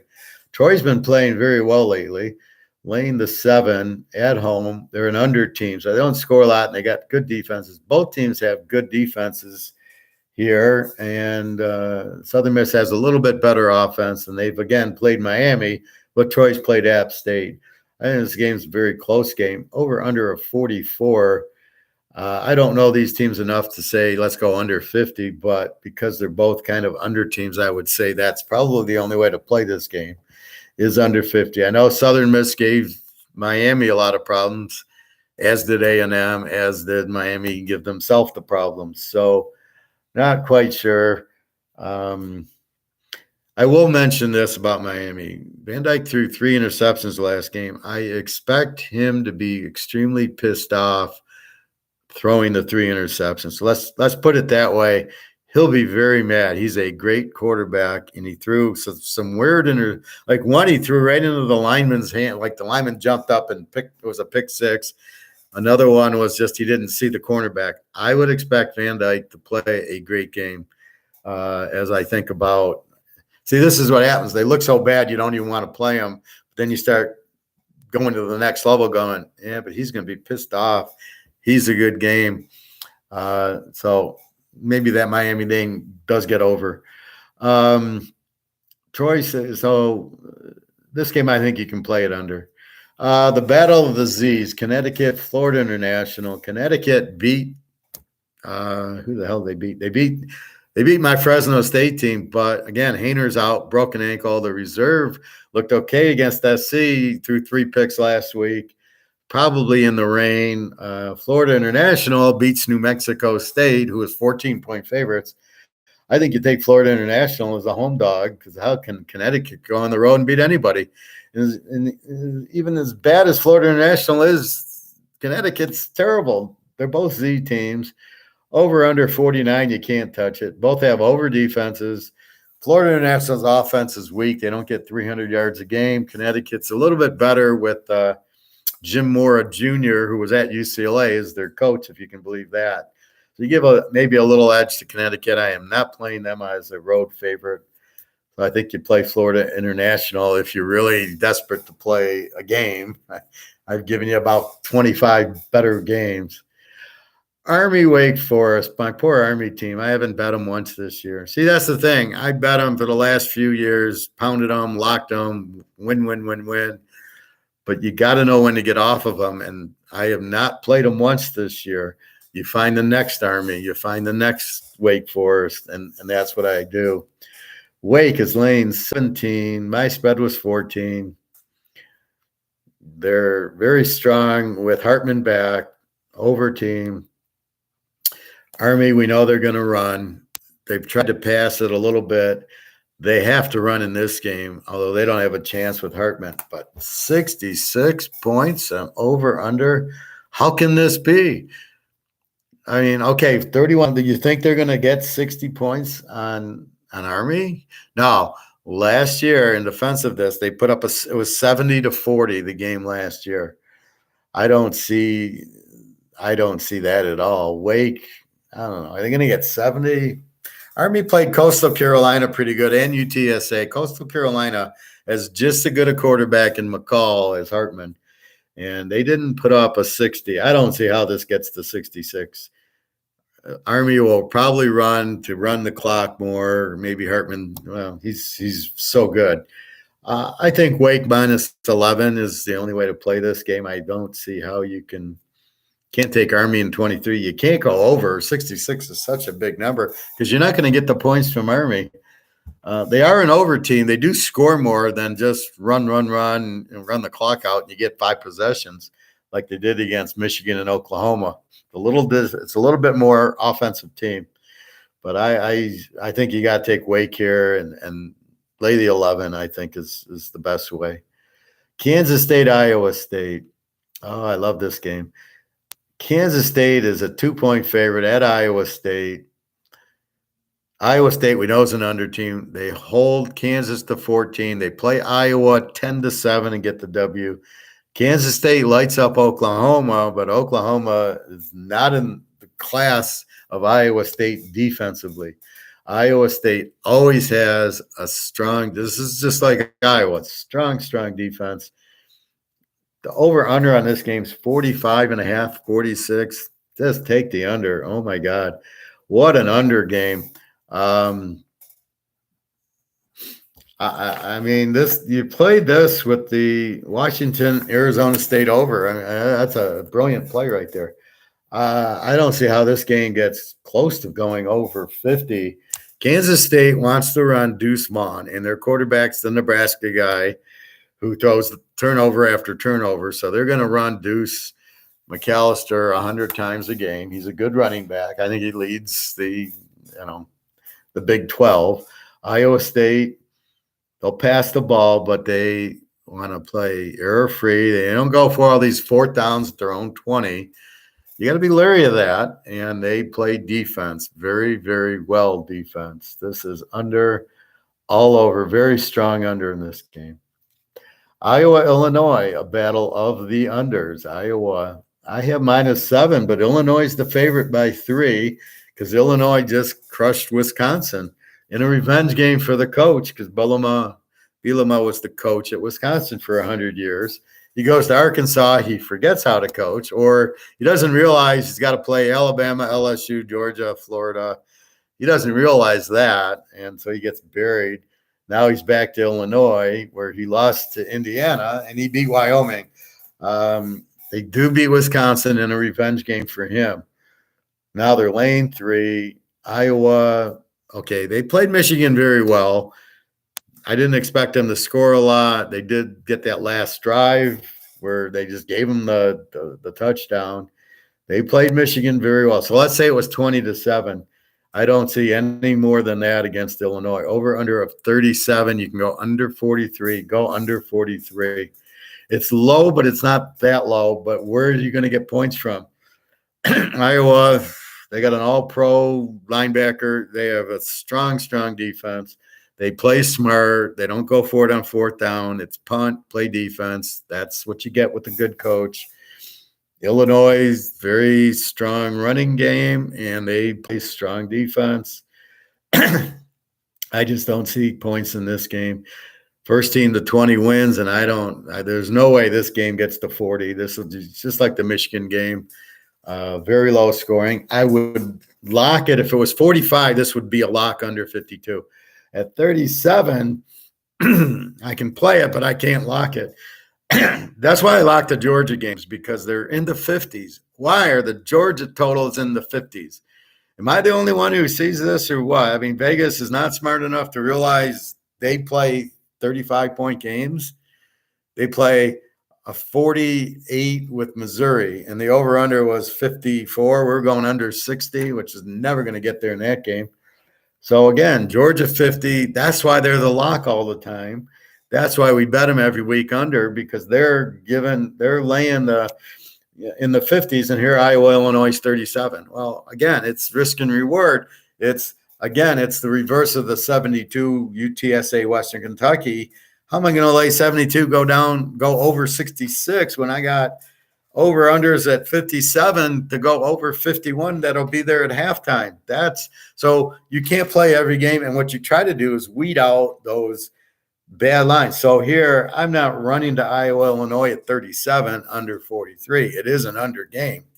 But I got Georgia at 50, and I think I've given you a few others that are in the 40s that we can go under 50 that are a lot better. Oh, like Kansas State, Iowa State. It's the same game as Iowa, Illinois, but it's a 45.5, 46. I can go under 52. And it's the same exact game. Only here I got 37. I'm losing 8 points in the line. I mean, that's really what it is. I'd rather put the money on K-State, Iowa State than Iowa, Illinois, even though I know Iowa and Illinois will never get close to 40. So, but you got to do that. Interesting game of the week, Washington State, USC. USC laying 13, over under is 66. I don't get this line. This line is way too high. I smell an upset here in Washington State. Howard, how the hell do you smell an upset here? Because Oregon gets them 17-13, had them 7-3 at the half. How did that happen? They blitzed them. What do you think, Washington State? They have the best defense in the Pac-10. They have an excellent defense, good corners. They're going to pressure USC, which they see as the thing. But their offense, the quarterback from Arnade Ward, looks very good. They can score. They can play with USC all day long. USC, as I pointed out last week's game, USC plays Arizona State at home 42-25. They win by 17 over Arizona State, who does not have a very good defense. Washington State's defense is twice as good, but their offense is twice as good. Arizona State didn't have their coach. They beat them by 17. This will be a 3-point game. Washington State's defense will be too much for USC. Washington State can pull the upset here. You can only pull the upset with defense. USC's defense cannot stop Washington State. They couldn't stop Stanford. Arizona State put up 25 on them. Now, can I go over 66? I'm not fucking with Washington State's defense. Okay, they played Oregon, who I think is just as good as USC, probably a little bit better. And it was, 44-41. And I think Washington State, I don't think has any problem scoring in this game. I think their defense will more than handle SC. I think this is an upset, I think. Take Washington State in 19. You can fuck with the 66 and go over 60. I think you can do that. What does even mean? Sorry, G. Even means they don't fit in the box.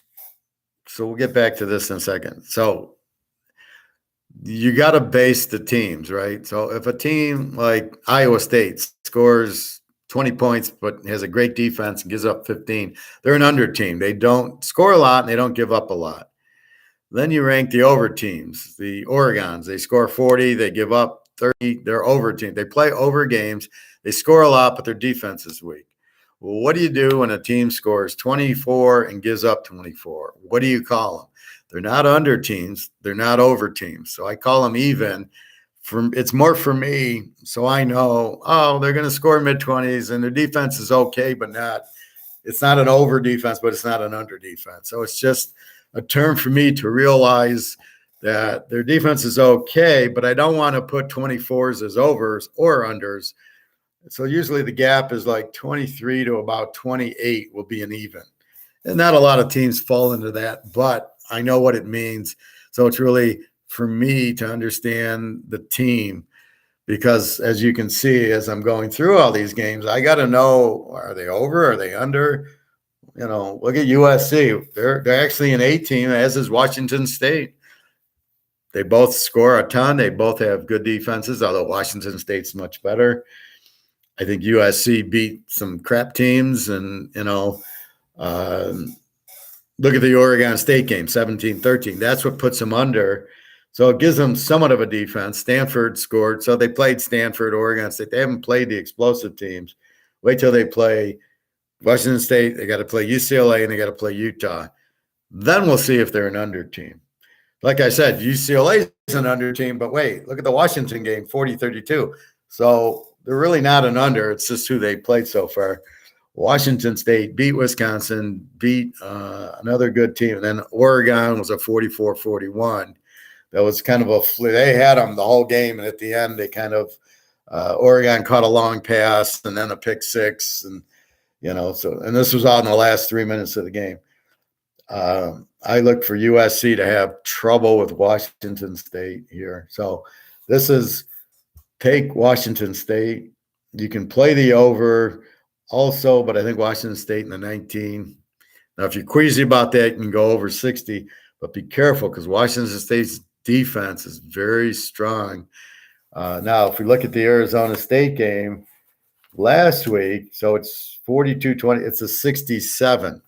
The over-under was 60. I had it over. I didn't play it. This one is 66, but Washington State's defense is much better, so that makes it really hard to take the over, but it makes it easier to tease the dog, A versus A. And Washington's got a very strong defense. So anyway, this is probably, don't be surprised if Washington State upsets them. Okay. They've got the defense to get the up. That's the only way you can upset, you got to have the defense. I'm not calling for Michigan State to upset Ohio State because they don't have the defense. I'm not calling for Boston College to upset Clemson. They don't have the defense. Georgia can upset Alabama. Maybe LSU, if they get the offense, can upset Alabama because of the defense. Look what Missouri did against Georgia. They almost upset them because of the defense. That's the only way you get the upset. And Washington State's defense is as good as anybody's. And, if you can stop, if you just do what Oregon State did, look at that, 17-13. And Oregon State should have won. But anyway, that's you blitz USC, you got them. And Washington State has very fast defense. All right, Kentucky 10 over South Carolina. South Carolina is an over team. Kentucky is a B team, so they pretty much score a lot and a good defense. I like Kentucky in this game, laying the 4, over under 49. South Carolina, I don't like Rattler. A lot of interceptions. He couldn't handle Oklahoma. He's not going to handle Kentucky. He's got a lot. He's like 5 touchdowns and 10 interceptions. Kentucky is a very good team, very underrated. They went to Florida and won by 10. Take Kentucky here. Laying 4 is a joke. They'll win double digits here. BYU Notre Dame. Who is Notre Dame? Backup quarterback looks better than the starting quarterback. They're an E team. They score in the 20s. Again, they played Ohio State pretty good, and then Ohio State pulled away for us. And a strong defense. BYU's turned into an over team, so they score a lot, and their defense isn't good. Game is in Vegas. It's not in Notre Dame. It's not in BYU, which is strange that these religious schools go to Vegas to play a game. And that's just incredible. There'll be a bigger Notre Dame crowd because they're like the Steelers. They're like the Raiders. They travel very well. They're only laying 3.5. I like Notre Dame here. BYU's looked very bad against Utah State. They beat Baylor at home, and then they go and they lay an egg to Oregon. As we see, Oregon is much better than we thought. And then they lay an egg and barely beat Utah State. I think Notre Dame's playing very well. I look for Notre Dame to win this game. So you got 3.5. You get plus 2.5. You don't need it. You just aren't laying 3.5. Alabama 24 over A&M, over under 52. What's going on with their quarterback? He's injured. Is he going to play? Does it matter? The backup lit up Arkansas. Another fast guy with a decent arm, wants to run. Good luck stopping him. They just gave up 42 points to Old Mississippi State. And that offense, is nowhere near Alabama's offense. But Alabama, again, with the second-team quarterback, if it matters. It's all scheme. It doesn't really matter. Lane 24, over under a 52. A&M, great defense. Again, held Miami, held Arkansas. Mississippi State got them. Now, the key to this is Alabama. This is a revenge game. Alabama lost to these guys. And Alabama does not forget. Nick Saban doesn't forget, and he's going to rub it in. So, with the quarterback playing, this is an easy lock. Take Alabama laying 18. With the backup quarterback, I don't know. He played against Arkansas, put up some numbers. Arkansas's got a very average defense. A&M's got a very strong defense, as we saw. very, I don't know what to do with the backup. Alabama wins the game. It's just by how many. My guess is they win by at least 20 in the 52. I think I got to go over 46. I don't think it matters with Alabama. Jalen Hurts, the backup was Tagovailoa. Then Matt Jones is there. So I don't think it's all system. He gets quarterbacks who fit the system, who are fast, and that's what you got. The backup's just as fast. He'll break 50-yard runs. Once A&M gets down, they're all done. They don't have a quarterback. So maybe you don't go 52. Maybe you go lay the 18. A&M won't score in the game, right? Their quarterback's terrible. They have a great running back, but he fumbled a couple times versus Old Mississippi State, which costs them, Old Mississippi State just killed them, but they got some turnovers. So so Alabama's going to kill them because of their revenge factor. And Nick Saban and the defense is just going to crush. They're going to probably shut them out, which kind of hurts the over. So I think you take the 18. The more I think, the less offense A&M is going to have in this game. It took Arkansas all they could do to get Jefferson to get 23 points last week, and we know how strong Arkansas is. I don't see any points for A&M. And in a revenge game, they don't have a prayer. Take Alabama, lay the 18, even with the third stringer. Saban can quarterback. Joe Namath can go back and quarterback. They're going to cover this. Coastal Carolina, Louisiana Monroe. Coastal Carolina's an over this year. Great quarterback, McCall. Louisiana Monroe is a Z team. They did beat Lou Lafayette last week or 2 weeks ago. What was that score? Just out of curiosity. Lou Lafayette. So 2 weeks ago. Lou Lafayette, Lou Monroe. Lou Monroe beat Lou Lafayette 21-17. So, with that said, and Lou Lafayette's not the Lou Lafayette. The coach went to Florida, Napier. Levi Lewis moved on. It was a great quarterback for them. Good option. They'd score a lot. They were an A team last year. This year, Lou Monroe is a Z team. They got their win, Lou Lafayette, in the rivalry game. Coastal Carolina, over team. Lou Monroe, no defense. Over under in the game's 57, which you can't count on Lou Monroe to score. McCall will have a big game. Take Coastal Carolina only minus 13 down to 7 against the Z team and Lou Monroe. This is a joke. Coastal Carolina by 20, and you only got to lay 7. I checked. I don't see an injury to McCall. Anybody else I don't really care about. He's their offense. So look for Coastal Carolina big. Oregon and Arizona. Oregon, we see, is destroying everybody, putting up 40 points like it's a joke. They're going to play Washington, and they're going to play Oregon State, and they've already beaten Washington State 44-41. They are scoring a ton. Bo Nix looks like Bo Jackson. They're laying 12.5. The game's at Arizona. Arizona is an over team. The Ucla, the Washington State quarterback, has transferred to Arizona, and now they're a scoring machine. He throws a lot of interceptions, which is good for points, unless he throws them at the goal line, their goal line. So if he throws them at our goal line, that's fine for the over. Over under a 70. I love this game over. Oregon puts up 50 all by themselves. Arizona doesn't have a defense. Neither really does Oregon, but it's a little skewed by the Georgia 49-3 game. But then Washington State puts up 41 on them. And last week, Oregon, who did they play?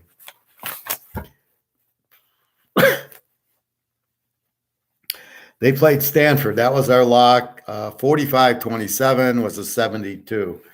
So Arizona scores. I'm not worried about this one, 70. They're going to put up at least 50 points. All we need is 64. We need 14 by Arizona. We will get 28 by Arizona. Stanford puts up 27. I'm not worried about Arizona with the Ucla. He will throw. I don't know which team will catch the ball. I don't care.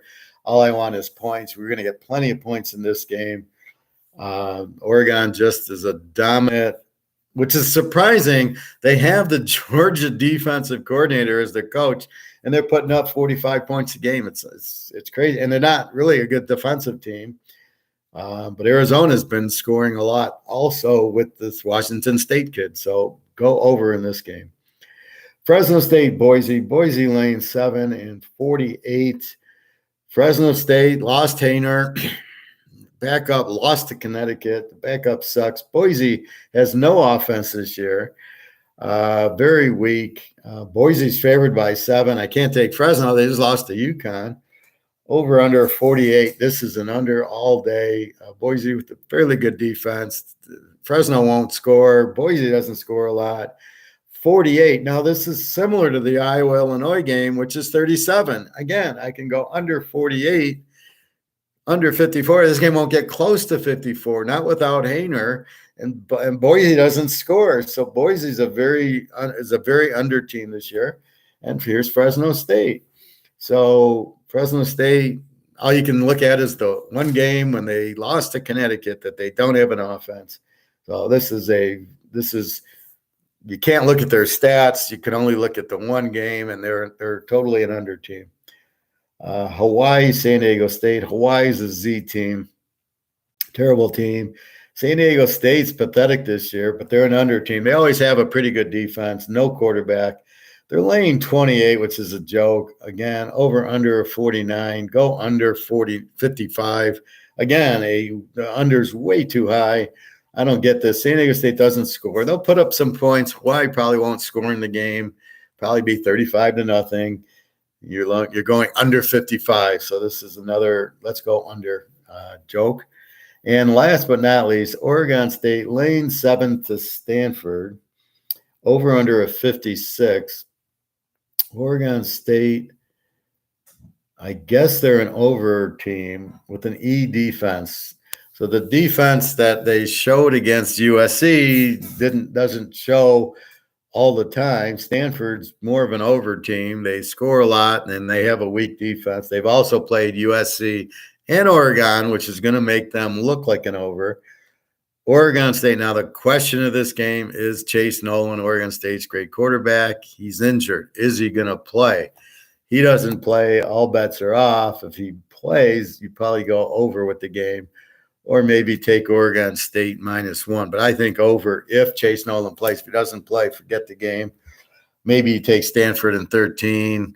They got this really strange offense where the quarterback holds the ball. They're running the old Baylor offense, where the quarterback holds the ball in the running back's belly for like 20 seconds, looking at the safety, and if the safety moves, they either run or pass. So, but it's extremely slow developing. So anyway, it's all Chase. If Chase Nolan plays, it's an over. Otherwise, I wouldn't. There's so many other games. So that is week 6. I probably found another lock in here, but I got like strong plays that aren't locks just to look at. So again, there's a lot of strong plays. I probably posted about 7 or 8 plays. That's 14 games already, including the lock.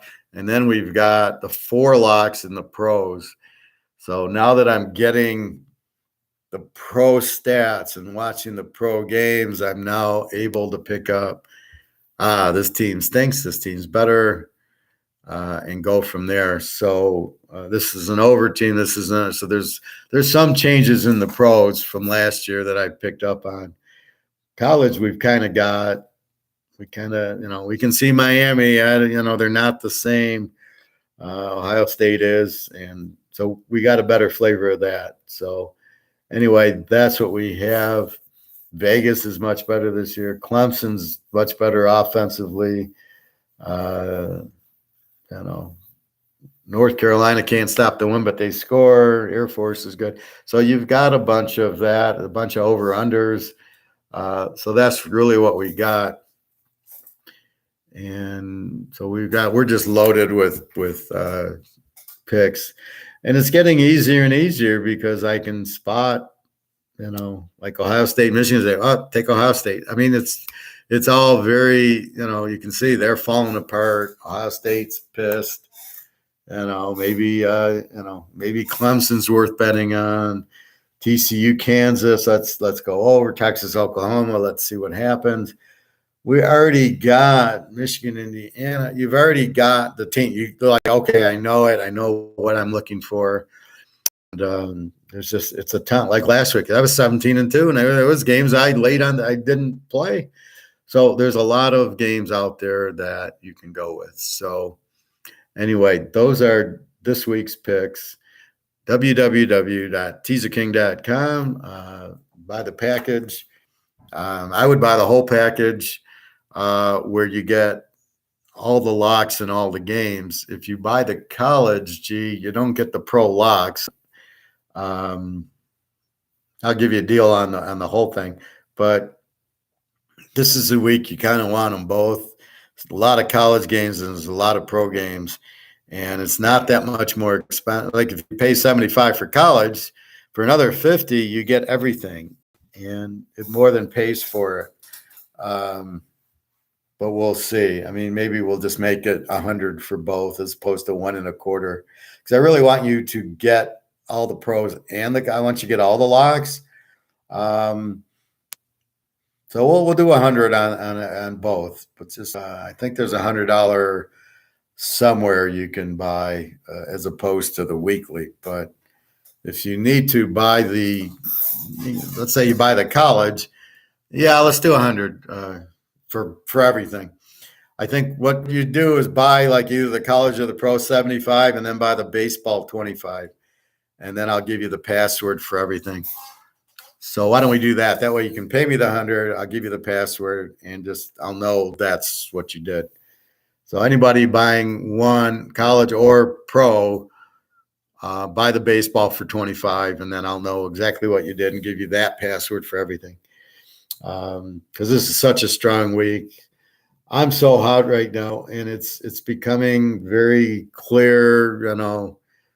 Tease the dog, play against the weak favorite, the overs and the unders, and again, Vegas is just so bad at these over-unders. I mean, they're not even close. Then they go like the Western Kentucky UTSA, they're 72. I mean, then they go overboard. Like, we don't want anybody betting the over. But yet you make Houston, Memphis tomorrow 57. Well, that's an easy over. So what are you doing? So anyway, unless there's rain in Memphis, but again, that's the only thing that stops an over is a hurricane, is the strong winds and the strong rain. You can be over in a rainstorm, but you can't be over in a windstorm. The wind, yeah, that's fine, G. Just do the 100. I'll give you the password when we're done. The wind will stop the over. Otherwise it won't. So that's really what you have. So that's everything. You have a question, www.teaserking.com, and ask me. I went over every game. Now we're looking for, is Jefferson at Arkansas going to quarter? Is the Oklahoma quarterback Gabriel going to play? So are they playing or not? They're questionable. If Jefferson plays, play the over in the game. If Gabriel doesn't play, go under in the game. That game won't get any scoring. I know they've been high scoring before, but here's where you got to realize Oklahoma, their coach and quarterback moved on to USC. This is not the same Oklahoma team. So you've got to, this is where you can't look at history. I know we like looking at history. Nick asked me, give me the trend, Chicago, Minnesota. That I could give him. But even so, Fields is just there a year. Tampa, you got Brady. Somebody said that Brady's 9-0 against Atlanta. Well, yeah, but he's only been there, I think, for 4 of the game. Well, he's been there 2 years, so that's 4 games against Atlanta. The other 5 was at New England. Well, I don't care. New England, it's different when you play the team twice a year. So Chicago Mini plays twice a year. It's very meaningful to get that trend. It's not so meaningful when you play every couple of years. It's not meaningful. So Brady's 4-0 against Atlanta, but Minnie in Chicago, there's that trend, which is a little bit better, but there's so much movement. The trends they're really fucking me up with my trends because half of them I can't use because they keep switching coaches and quarterbacks like they're supposed to, like, oh, we can't have a coach for more than 2 years. So all these different coaches. But Seattle, you got Coach Pete, but you don't have Russell Wilson. Denver, you got Russell Wilson. So it's very difficult. But anyway, I got 4 strong locks going in the pros. I think I just found another lock going through this with you. That's why I do it. I do it for both of us. It really helps me. On the other hand, now obviously I'm not playing every game. I'm giving you how I would play every game. You don't know which are my locks. You don't know which are my strong plays. That's why you still need to buy the picks so you can be on the same page going, oh, that's his lock. And I got to bet more on the lock. So I have a guy I bet with now, and he bets more on the lock. The 21-unit lock, we bet a lot more on than the 11-unit play. And the 21-unit locks won for us last week. And we won a lot more money, and I get 20%. So my incentive is for him to win. Give him the 21-unit lock. He bets more on it, and we win. And even if we lose the little one, we still, you win 21 units and you lose 15 units, you're 6 units ahead. That's the point, because you're going to have losers. I went 17-2. I mean, I had 7-1 on my locks. I lost to damn Wake Forest, but we were 3-0 in the pros, and that makes and then so it was a very successful week. But that's what happens. Okay, G, thanks. I'll be done in 2 minutes here. Yeah, these 2-hour ones are I get tired, but it's very very enjoyable for me. I like teaching. Yesterday I did the video on the stock market, gold, inflation, and basically most of the U.S. and the Western worlds are Keynesians, which are socialist, and so they're in favor of government running everything. But I'm Austrian, which is in favor of market at running everything. And all the successful countries in the world in the history have been market driven. There's never been a socialist country that survived. There's never been a currency that hasn't been backed by gold and or silver that survived. They've all went to zero. So I am like, buy gold and buy silver. And that was the point of it. Jay has his friend who's a Bitcoiner who disagrees with me. You're welcome. I do not. I invite the contrary, but believe me, I'll win because I know what I'm doing. Just like football, I prove. I go 7-1 in my locks. I prove I can pick. That's the whole proof of it. So anybody can say, take this team over that, but at the end of the day, you got to prove it, and the results are the proof. So Bitcoin is not a currency. It's not gold. It's nothing. I don't own any of it. I own a lot of gold and silver. That's the proof, is what I own and where it's going, and the Bitcoin isn't. So, yeah, he's a crypto guy. So that's what Jay said. He didn't appreciate my knowledge.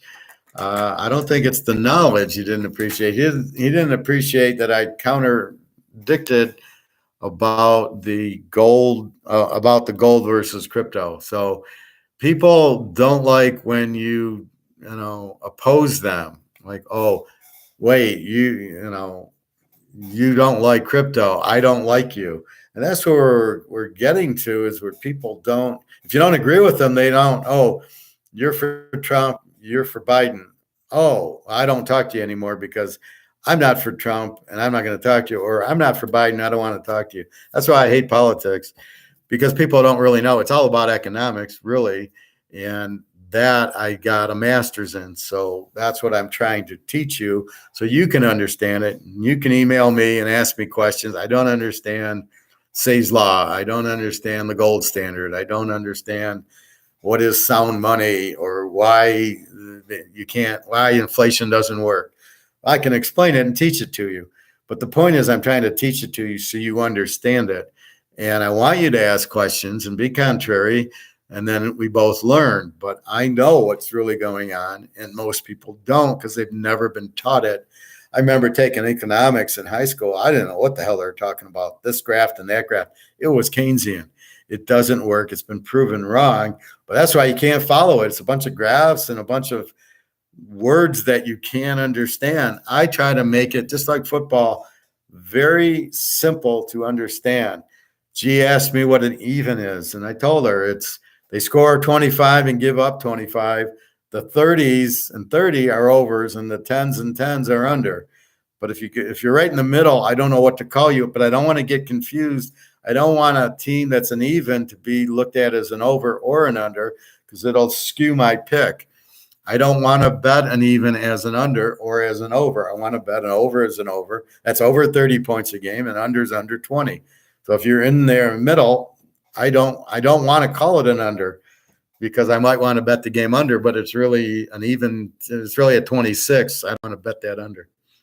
Anyway, so that's what I try to do is simplify it and teach.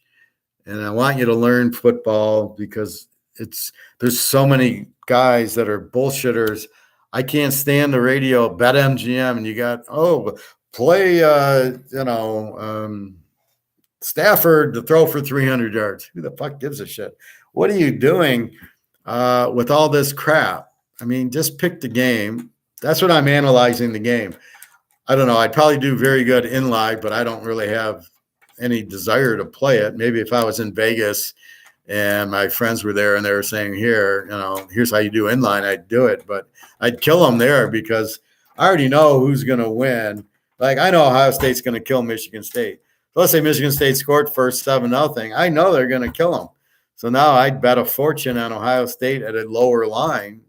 And, Tom Brady, he's down. He's going to come back. And Russell Wilson's going to come back. And Aaron Rodgers and all those guys, Mahomes, if he's down 14-0, I'd bet my house that they're going to win or they're going to cover.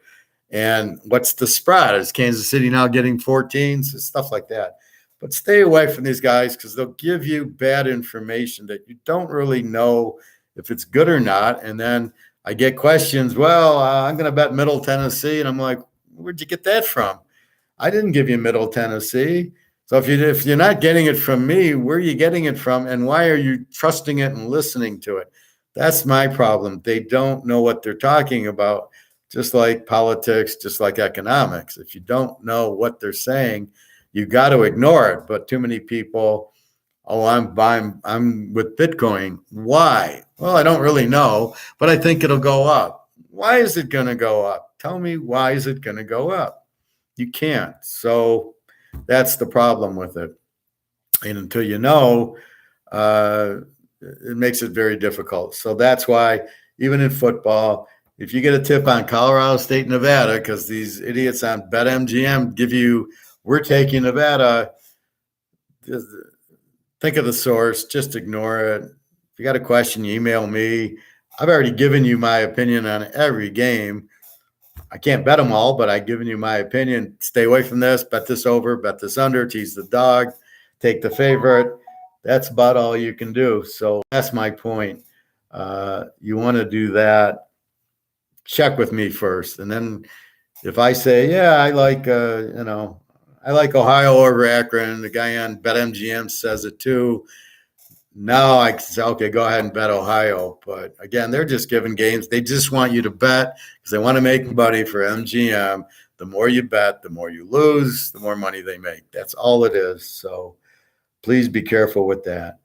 All right. So again, www.teaserking.com. We'll go $100 for everything this week as opposed to $125. And if you got questions, please email me. My email is on there. You've got 6 locks posted, and there might be 8 locks because I think I found 2 more to put up there. And again, questions, comment. I put the games across, so it's Ohio State -19 with Cincinnati -18, and I say it's 9 units. That's the teaser. Now, you don't need to bet that teaser, but those teams I like in the teaser. That's how I'm playing it. I try to put like teams, so real strong teams, those are my locks. But then if I just like them a little, like Ohio State, I don't love it because of the point number, but I'm going to play it, then I'll play it for less units. That's why it's less unit, because there's more risk with the higher spread. So I will play it less. But if you like Ohio State with the lock, then go play that for, whatever. But you know which teams to take, and that's the key. And, teasers, you want to vary your bets because you're going to have losers. And then if you play 2 teasers for $100 each and you pick a winner and then a winner and a loser, you break even and lose juice. That's why we differentiate the bets. So you can win the big one and lose the little one, and you win, even though you went 3-1. You lost the one teaser, which would have broke you even. So that's why you can't play teasers the same amount. All right, everybody, have a great day. $100 for the whole week. I'll give you that password.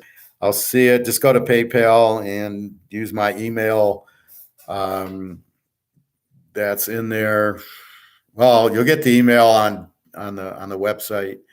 So if you go into PayPal, just use that email. I'll see it, and then I'll email you the password.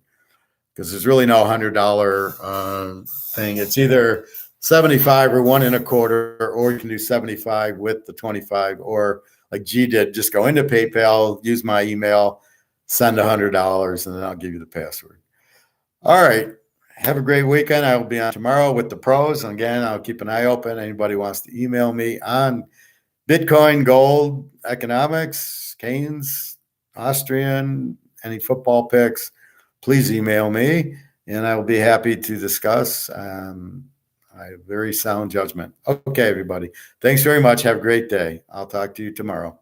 www.teaserking.com.